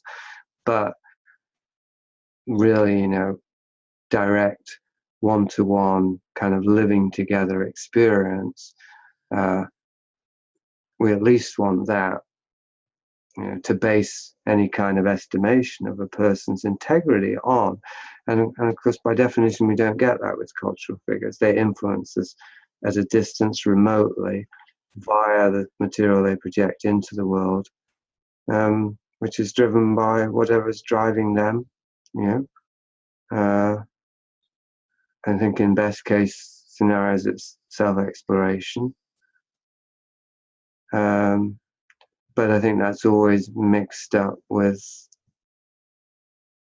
that drive to attain status and influence in the world. Like you're saying, in the magical circles, all these ego hierarchies. And the world is such that it's like a great big magical circle in which people are vying for power. And of course, the very powerful, by definition, are kind of setting the terms and dictating the criteria by which others can ascend to power. Yeah. So it's a very ruthless system in which one is only going to attain any kind of influence in the world either by becoming complicit with those power abuses and/or, because I think it would be both, destroying oneself in the process. So that's why my brother is a case study for me. This is a lot more than that for me, but I mean, why I include him in Seen and Not Seen as a case study, because I believe that he was attempting to become a cultural figure of influence, a celebrity, and that he had to compromise his own soul many times to attain that, and eventually that destroyed him. So he's a canary in the coal mine. He, as a basically good person, he was destroyed by his own ambition, and that's the best case scenario. And Sam Peckinpah is another case I see as he's one of the few figures that in Hollywood or celebrity types that I still feel a strong affinity for, let's say, and he's destroyed himself. So that can't be a coincidence. That a really sensitive person who was oriented towards wholesomeness and goodness, who became a celebrity, I think would end up being destroyed by that. So then from that we can deduce that those who aren't destroyed by it, they have, well, my brother said he found his inner child and he gave it an abortion. So I'd say that's the process. It's like child sacrifice at a psychological level, and maybe a literal level too. If we want to go there, we probably don't. But whatever the secret initiation rites are in Hollywood, we can imagine there may be some. Absolutely. And I would love to get into that, but probably maybe not during this conversation. But you Yeah. you even said that you felt like your brother Sebastian was being groomed for success, right? Like he was almost being set up. Yeah, well, I think where I go in the end with Vice of Kings and Prisoner of Infinities is that I think that those of us who are potential cultural figures of influence are groomed from childhood on, however however hands-on. I think there must be a spectrum there. I would guess there's a sort of shotgun thing, which is within certain circles in terms of, the upper middle class or the upper class, let's say in England in my case, or close to celebrity families, or however it's determined, but a sort of within a larger but still a small circle. There's maybe a scattershot thing, which is all of those individuals are traumatized in certain ways in childhood, just as a part of child rearing practices. Even being sent off to boarding school is traumatizing, but there may be more specific or ritualistic aspects. And so then they're already imprinted psychologically with the necessary configuration of trauma to be driven to achieve and to be manipulable. And then from there, perhaps based on observation or whatever else, there will be a certain point at which they're being closely monitored and handled throughout childhood in terms of what their formative influences are, what they're encouraged to develop skills around music or film or whatever else it is, writing. And then later on, if all of that takes, then they would be being groomed in the sense of given opportunities for exposure, so they begin to experience a certain amount of success. Then to what extent are they taking to the success? Also temptation, drugs, sexual deviations and whatnot, that would also be being introduced to see if they were vulnerable to those temptations. Those become handles that can be used later on, and so on. I think we have to imagine it. Hopefully we're imagining something true and not a paranoid fantasy, a very sophisticated methodology of creating cultural figures via subtle and not so subtle and direct and indirect influence throughout that person's life, and that this could have been perfected over many centuries even. I know broad stroke that does sound paranoid and improbable to people who haven't explored these areas before, but I think you probably have. I'm always aware of, the more skeptical listener. But all I can say is that it doesn't seem improbable to me, and I do think there's evidence for it. And even in the Jesuits saying, give me a child and I'll give you the man. It's a very well-known saying. We all know that child development shapes character. And we all know there are institutions and organizations that exploit that. So why not think of society being configured that way generally? Absolutely. Especially like an institution like the Catholic Church. There's so much wrong going on in that context. The Vatican Library and, just this almost sort of baked in sense of pedophilia, and it's so dark and sinister, it seems like, and it seems like it's been going on for centuries. Like it's a part of the plan. And that's not too hard for people. they might find it hard to see it as part of a plan. They might be more inclined just to see it as, human nature getting the better of people and something snowballing. But that's a bit of a 6 to 1, half dozen the other anyway. I mean, it can be both, right?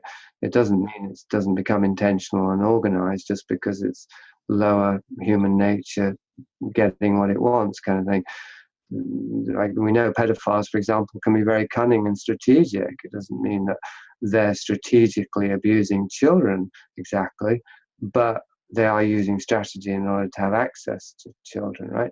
So there's clearly a spectrum there in terms of, what's just unconscious human nature, coming out in the worst ways and then becoming institutionalized, and what's like being designed intentionally in a conspiratorial faction. It's not an either or thing. But it's easier for people to see that with religion, partly because religion is now fair game. It's considered this primitive thing that we're better off getting free from. So it's convenient with the dominant ideology to see Catholicism as inherently abusive and corrupt in this way. It's not convenient to see other institutions that way, such as Hollywood. But I do think that there is quite a lot of evidence that Hollywood, as its own kind of community and its own kind of organization, really, just with not so clear, membership and rituals and all the rest of it. It's not as clearly delineated as the Catholic Church, but it's still a community with a shared goal, shared ideology, a shared location, certain things you've got to go through in order to attain success within it.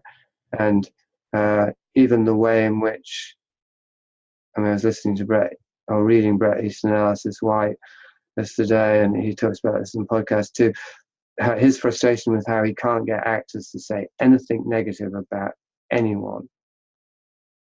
There's an unwritten clause in Hollywood, which is that you do not snitch. But it's not recognized as snitching, because at the lowest level, it means you don't even criticize your co-workers. You can't even say that was a crappy performance or they were difficult on set. So imagine the stuff that might be going on that they wouldn't even want to think about, never mind speak about, in terms of actual sexual crimes and whatnot. It's a close-knit community in which there's a omerta, the vow of silence. Mm-hmm. And we do know, people have been coming out the open secret about how much of this does involve sexual abuse of children and other kinds of sexual abuses. And that's consistent with, as I say, ways in which people are psychologically traumatized in order to be groomed, not just as sex slaves, but as cultural figures who can be manipulated, who can be addicted on drugs and compromised with material for blackmail. This is all part of standard operating procedure of intelligence agencies.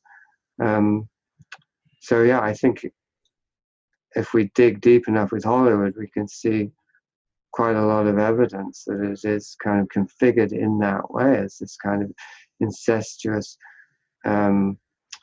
nest of socio-political control that entails a lot of psychosexual abuses and all the rest of it. And of course, it's the dream factory. It's businesses creating illusions and making us suspend disbelief. And I think there are two levels of that. One is the product itself, and the other is what's also a product, but the myth of Hollywood and movies and movie stars and film directors, that's also a fiction. That's a fiction, a deeper layer of fiction.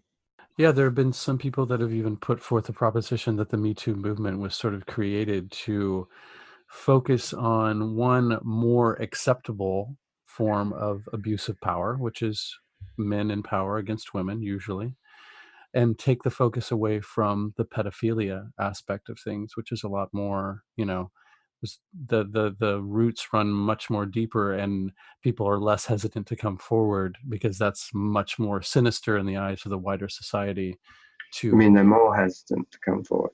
yeah, yeah, Yeah, yeah. I think it's like letting off gas, isn't it? When the pressure is building within an institution, within a society, because of the prevalence of these abuses and the sort of creeping awareness. Uh, the danger is that the lid will just blow off and everything will come off. So they've got to find a way to let off some of that steam. And I think, yeah, the Harvey Weinstein, Kevin Spacey, I think those probably are controlled releases and scapegoating of individuals for probably specific reasons. Like those were probably individuals like Polanski in the 70s who pissed somebody off and said, okay, we're going to throw this one to the wolves to send a message to others. So that would be at a specific level, but at a general level also, okay, we're going to need to disclose something now so that people can have something to focus on that will relieve the tension of this growing sense of something very, very dark beneath the surface. yeah. Did you happen to see Leaving Neverland? Yeah, I did. Yeah, it's pretty crazy stuff. I was just fascinated by how Michael Jackson was able to just sort of center in on these just normal suburban families and make that the boy in that family feel so special that he was befriending this huge star and who he was already the little boy was already idolizing, and then just sort of taking advantage of that situation to insinuate himself very successfully. It was very fascinating how all of that unfolded. And what unfolded afterwards also, which was the denial of the possibility about Michael Jackson being that kind of predator from, of course, his fans. I mean, I don't know if there were any people who weren't Michael Jackson fans who were trying to debunk that documentary. I think it did make some mistakes from what I read. It did fudge some things, which is a question in itself. Why would they do that? It's as if they want to deliberately create ambiguity. But nonetheless, I mean, there's so much smoke around Michael Jackson that I think one would have to be really, really deeply entrenched in celebrity worship to try and pretend there was no fire at all, as in he basically had no sex drive at all and it was completely innocent. Maybe if he'd been castrated or something. I think there is even one theory that he was self-castrated. But anyway, what struck me was how that might be a microcosm for our culture, that if people are invested in Michael Jackson so much that he's the central pillar of their identity, like I write about in Seen and Not Seen, for me with Clint Eastwood and others, that they can't bear to see that pillar topple because their whole sense of who they are comes under threat. Basically, they're so invested in the pleasure he gives them, like drug addicts. And they would no longer be able to enjoy Michael Jackson if he were guilty of those things. Then they simply have to deny all of the evidence, which is kind of like saying it's not really different from saying they don't care if he's guilty. It's just at a conscious level, they're saying it's all lies. Michael Jackson would never do that because I love him. That's at the conscious level. Because at a deeper level, to admit to themselves, I love Michael Jackson so much that even if he was abusing children, I still love him. I don't care about those children. That, of course, that would be another pillar of the identity that would come under threat, right? So to maintain both pillars, they've got to just say it's all lies. But I still say they're close to the point, maybe as a culture, where we might consciously choose between which pillar we're willing to, let crumble. Is it the pillar of worshipping and turning to our culture as something benign, or is it the pillar the moral pillar that says abusing children is wrong? And I think that the second one is a weaker, more eroded pillar in the collective identity of our culture. I think people are more invested in the ideology of culture, Michael Jackson and whoever, the escapist, the ideology of escapism, than they are in the old morality of don't harm people. to not hurt others, and specifically the idea, of course, that sexual abuse is very harmful to children, because pedophiles have been questioning that for decades. They're saying it doesn't harm them, it's only the moral constrictures that make the child believe that it's been harmed. That's been their argument, right? So there is, that wheel has been greased in the collective psyche, I think, for having a looser and looser sense of morality around sexuality, sexual behaviors, while becoming more and more entrenched in the culture, more and more culturally dependent. And the full circle of all that too is using entertainment, in this case we'll say Michael Jackson's music, as some sort of escapism. Maybe ironically they're escaping some similar hell as the ones that Michael Jackson himself was putting children through, which is so insidious and strange and confusing. Like, to look to that form of entertainment to take you away from something just as miserable as he's engaging in himself. Exactly, yeah. And also something he was submitted to as a child. Yeah. Right. So that's why he became Michael Jackson. That's how he became Michael Jackson. And that's the configuration of the musical fantasies or the dissociative states that he created via his music, or that he used to create his music. It's all the power of dissociation, let's say. That's embedded into the songs themselves, as in he was using his music as a coping mechanism to escape the trauma, driven by the trauma. And so then those songs serve that function for other people. Yeah. All done very unconsciously.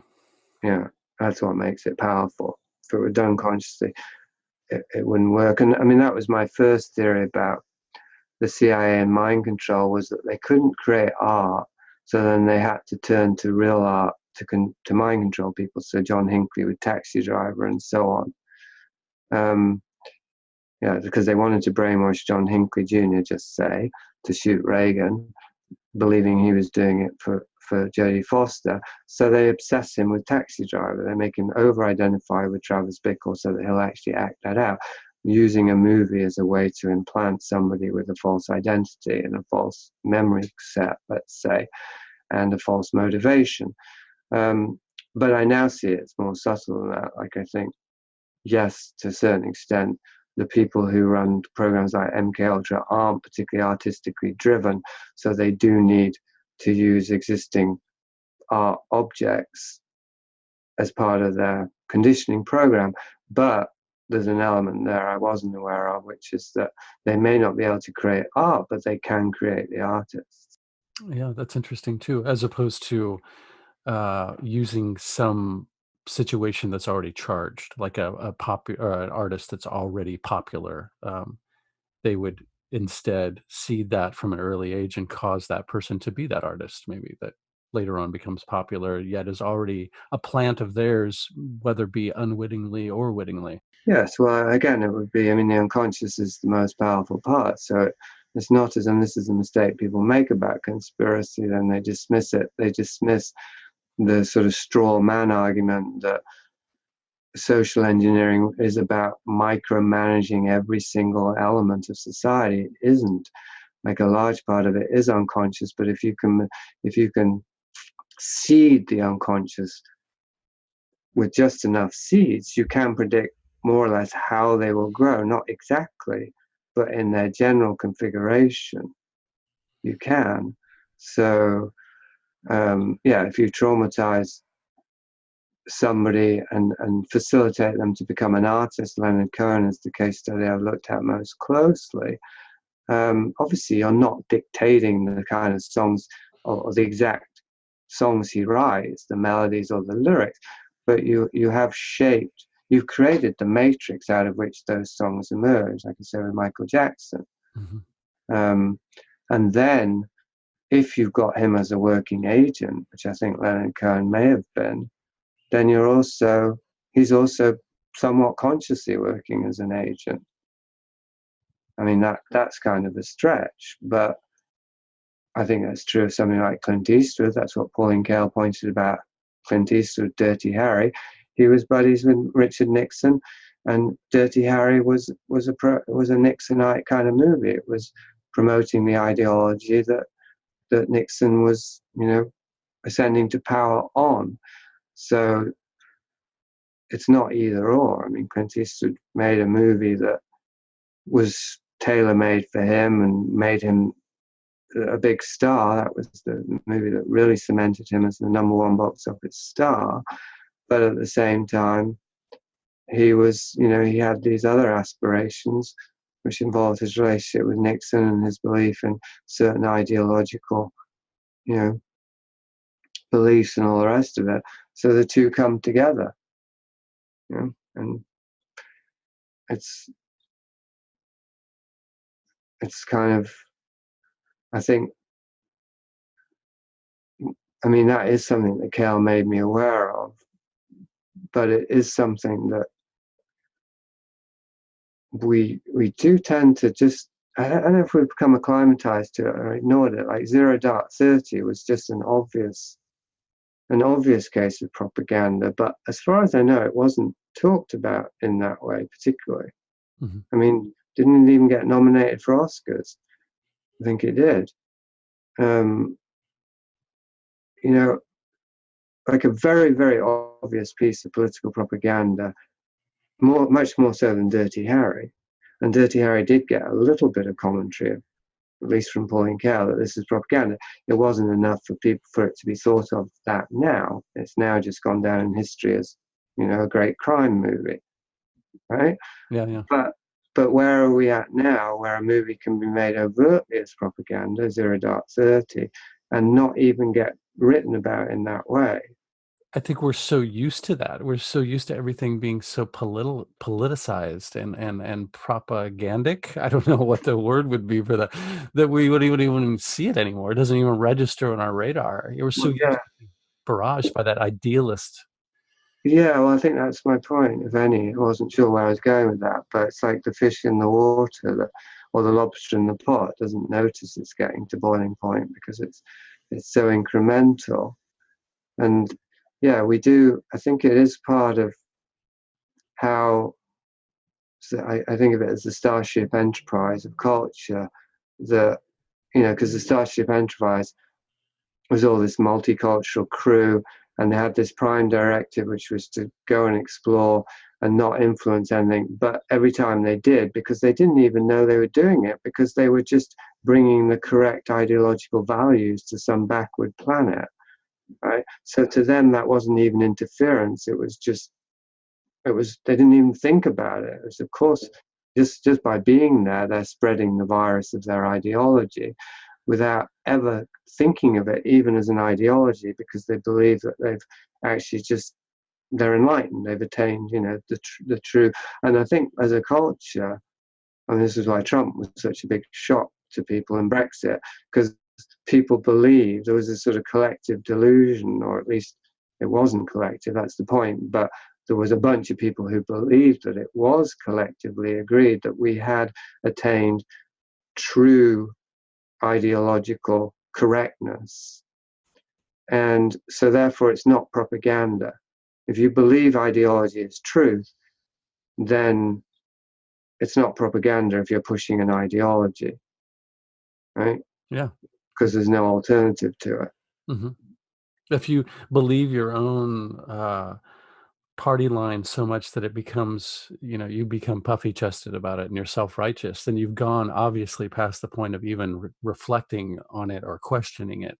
So then of course it becomes the next step is to campaign it into the world and convert other people willingly or unwillingly to your self-righteous state of being, that your state of enlightenment that you've elevated yourself to. Yeah, and so then that becomes the mission. Mission is no longer about getting to the truth because you believe you've got to it. It's not about discovery, it's about conquest. And so then art becomes, and this is also Bret Easton Ellis talks about this quite a bit, art becomes an ideological delivery device, and what's considered good art is based not on its aesthetic qualities, but its ideological ones. So he used the example of Moonlight, which I didn't even want to see, but winning the Best Picture Oscar, because it was a delivery device for the correct ideological message. Yeah. And that's, it's the inverse of art, which is about self-exploration and discovery and communicating things about human nature. Like, ideology doesn't really relate to human nature. Ideology is about social configuration, isn't it? It's about what is the right social configuration, you know? And that's, I mean, ideally that would be compatible with human nature, of course, but then it wouldn't be an ideology. Mm-hmm. This is the paradox, I suppose, that we're still trying to find the right way to live by coming up with the right set of principles.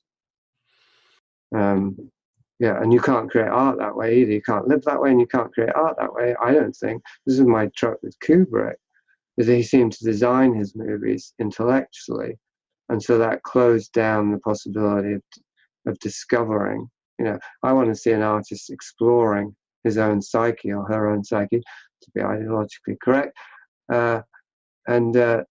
and sharing it, even to the point that they might expose themselves and undo themselves. That's what I did with Seen and Not Seen. I knew that at a certain point I might make this book, it might undermine my own goals as a writer. It might be so off-putting or disturbing to people that they wouldn't want, they wouldn't like me. Right? I totally appreciated that candor. Absolutely. I ideally like to associate with human beings that way. Sometimes I will be honest to the point of saying things that aren't easy to hear or aren't easy to easily wrap your mind around, categorize, and write off. But I would much rather live that way than politely sort of tiptoe around one another and maybe have a better um, walk through the world without stirring things up unnecessarily. I think if we're being honest and it happens to stir something up in people, then so be it, at least it came out of a place of honesty. And of course, hopefully with the intention of not purposely hurting people or putting off people, but merely to uh, communicate your experience or your ideas or opinions about something in as clear and concise a way as possible, even if it's not the most pretty thing to hear. I appreciated that about your book. There were points where I would go, wow, I don't know if I would admit that same thing about myself or something similarly, difficult. But then I thought, judging by the effect that I'm getting from him admitting this, you admitting this, it made me go, yeah, I see the benefit in that. I think it's good to be upfront and tell the whole story as opposed to just the easy bits. Well, as I say, I don't know what the point is for me in writing if I'm not going to allow things to come into consciousness via expression that I wouldn't otherwise allow into consciousness. That's like becoming whole. And I mean, how much energy and effort do we put, like I say, into maintaining a persona, into only putting forward the parts about ourselves that we like? That not only prevents us from accessing the whole of what we are, because if we shut off the bad, we're going to shut off some good as well. We can't just consciously pick it. We just have to shut off a whole portion of ourselves. Mm-hmm. But also, and I suppose it's the same thing said differently, we're not going to feel free or relaxed or safe enough to just express ourselves spontaneously, because we don't know, any of that stuff might pop up if we just say whatever comes into our minds. If we just say whatever we feel moving in our bodies, if we just let it articulate without having checked it first, then something might come out that would condemn us in the eyes and the ears of the listener. So then for me to consciously go into areas that I usually wouldn't go, or I've tried to stay out of, and to consciously confess to things that I'm afraid might cause people to condemn me is a way to set myself free, of course, because then I test it. If I don't get condemned, well, then I know it's safe. And anyway, even if I was to be condemned, it wouldn't be by the whole world, of course. I've let it out now anyway, so there's no point in putting it in. Once you let it out of the box, you can't get it back in again. So even if one is condemned, it's not like the Middle Ages. I'm not going to get strung up or burned at the stake, although actually we probably are getting back to that. But anyway, so far so good. I mean, I'm still careful. I'm still careful about stuff I say, although that's not so much about my personal history. I'm careful about my opinions about things, but I think that's probably wise, because I don't know anyway. I do have some strong opinions that they're stronger than they need to be. So there's a certain amount of caution there, which isn't just about fear of condemnation. In terms of my personal history, I'm careful in the sense it would be counterproductive if I were to overload the reader with TMI, too much information. Mm-hmm. Like I could go into detail about masturbating, let's say, and that's just the reader doesn't want to have to imagine me or anyone else masturbating. Right? There are certain things. It's a question of aesthetic sensitivity, I'd say. So what I tried to do with Seeing Not Seen was really just state it as baldly as possible, so the reader had the information necessary, and at the same time be creating the context for this. I'm not just offloading this stuff like Michael Powell, Peeping Tom. I'm not just trying to get rid of my demons. Yeah. I'm really trying to understand them in such a way that other people will be able to understand them too, as in understand me, and then by extension, they might be more willing to see their own demons, because if you start to understand, past neurotic traits in your psyche, indirectly, you're going to be more charitable, more compassionate, more courageous about looking at them in yourself, because you're not condemning them. And understanding is the inverse of condemnation. If the more we can understand someone else's destructive proclivities, let's say, I mean, Dostoevsky was a master at this, the more compassion we'll have for them, the more we can then extend that compassion to ourselves, and vice versa. I mean, I think it depends where you're at. Like the artists are pioneers in that regard, like Dostoevsky was, in terms of starting with themselves and being willing to really put their own pathologies on the table in a way that can facilitate understanding, to set an example to others. But other people, I know everyone wants to be an artist now, but like being a shaman, it's not something that one chooses. I think it's something that one has to do in order to psychologically survive. And that has certainly become more apparent to me with writing. Like I write because I have to resolve this, and writing is my tool to do it, rather than I want to create a book. But anyway, yeah. So I think for people who aren't naturally artists, for whatever reason, it perhaps starts with having compassion for others, in order to begin to be able to see their own depths. I'm not too sure about this. I haven't really thought about it before, but certainly there's a correlation between an artistic sensibility and a willingness to go into one's own depths, and a willingness to see the depths of other people and the social aberrations and all the rest of it. There's a correlation there between a willingness to go into the depths. And so there's presumably a corresponding correlation between people who aren't artists and the tendency to stay on the surface, because they're not actually willing to see their own depths, because we must all have depths. Absolutely. Right? So I think many people need to be coaxed into going below the surface and seeing the aspects of themselves that they don't like.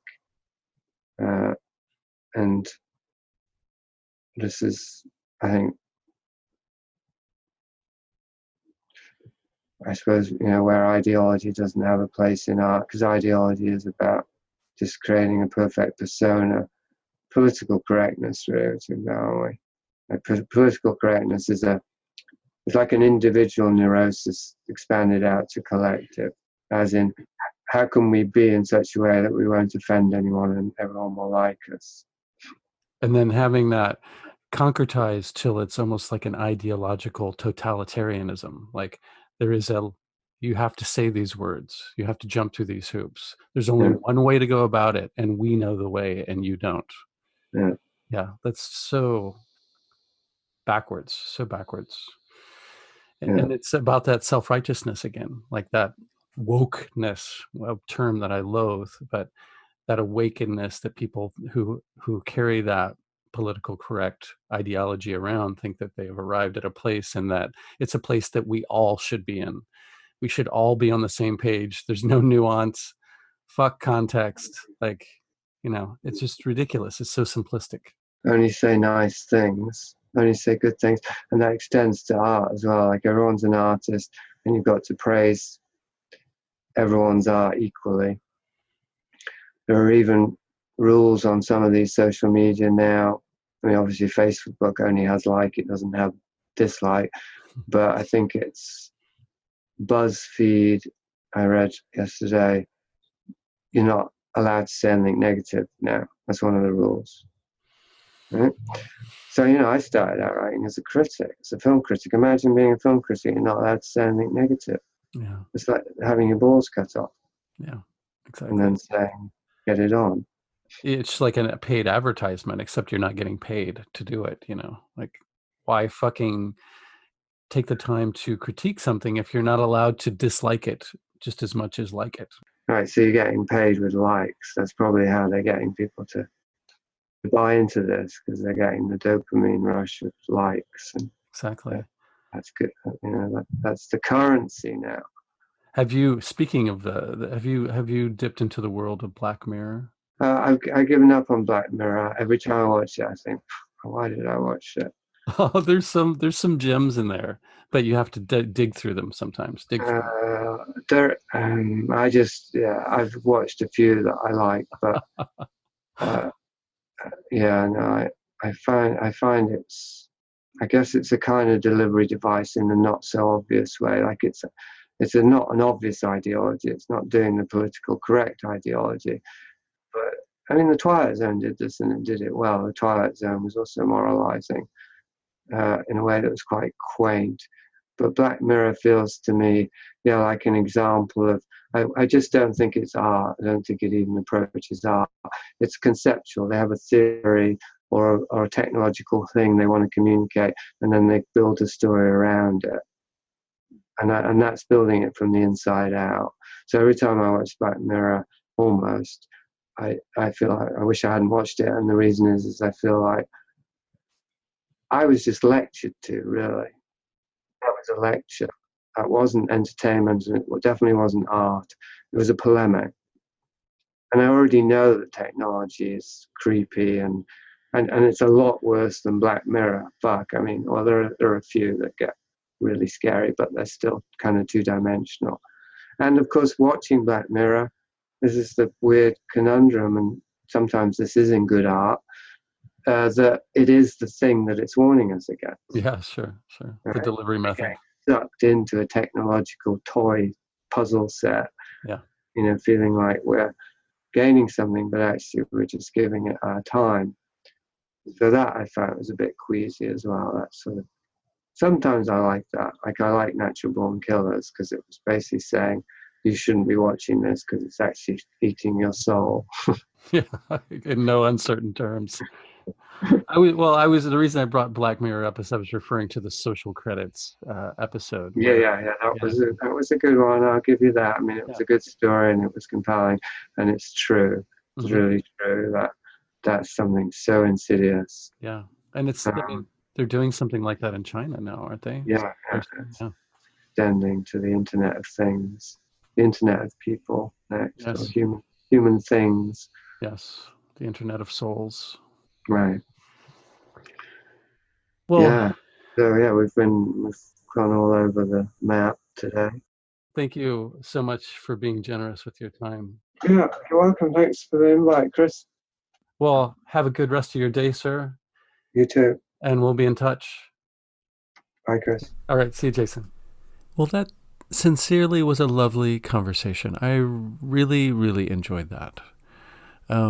It sort of started off, with my little list of questions and things that I wanted to delve into. And then, gradually and organically other stuff came up. And it became more of a conversation as opposed to an interview. And I really even more appreciated it at that point. And there will be more of those. As I stated before, that primarily was discussing the first book in the trilogy, Seen and Not Seen. And after that is Prisoner of Infinity. And then following that, the last one is The Vice of Kings. And I am very much looking forward to reading those and going into all that with him. And there's even been a talk of, I don't know if you listened to a previous episode with Hunter Muse, who was talking about her involvement in the Castaneda cult. But if you are familiar with Jasun Horsley, you also know that there's a lot of overlap as far as that topic is concerned. So we're going to try to get both of them on the show to talk about Castaneda. So that should be lovely. I don't know how it couldn't be.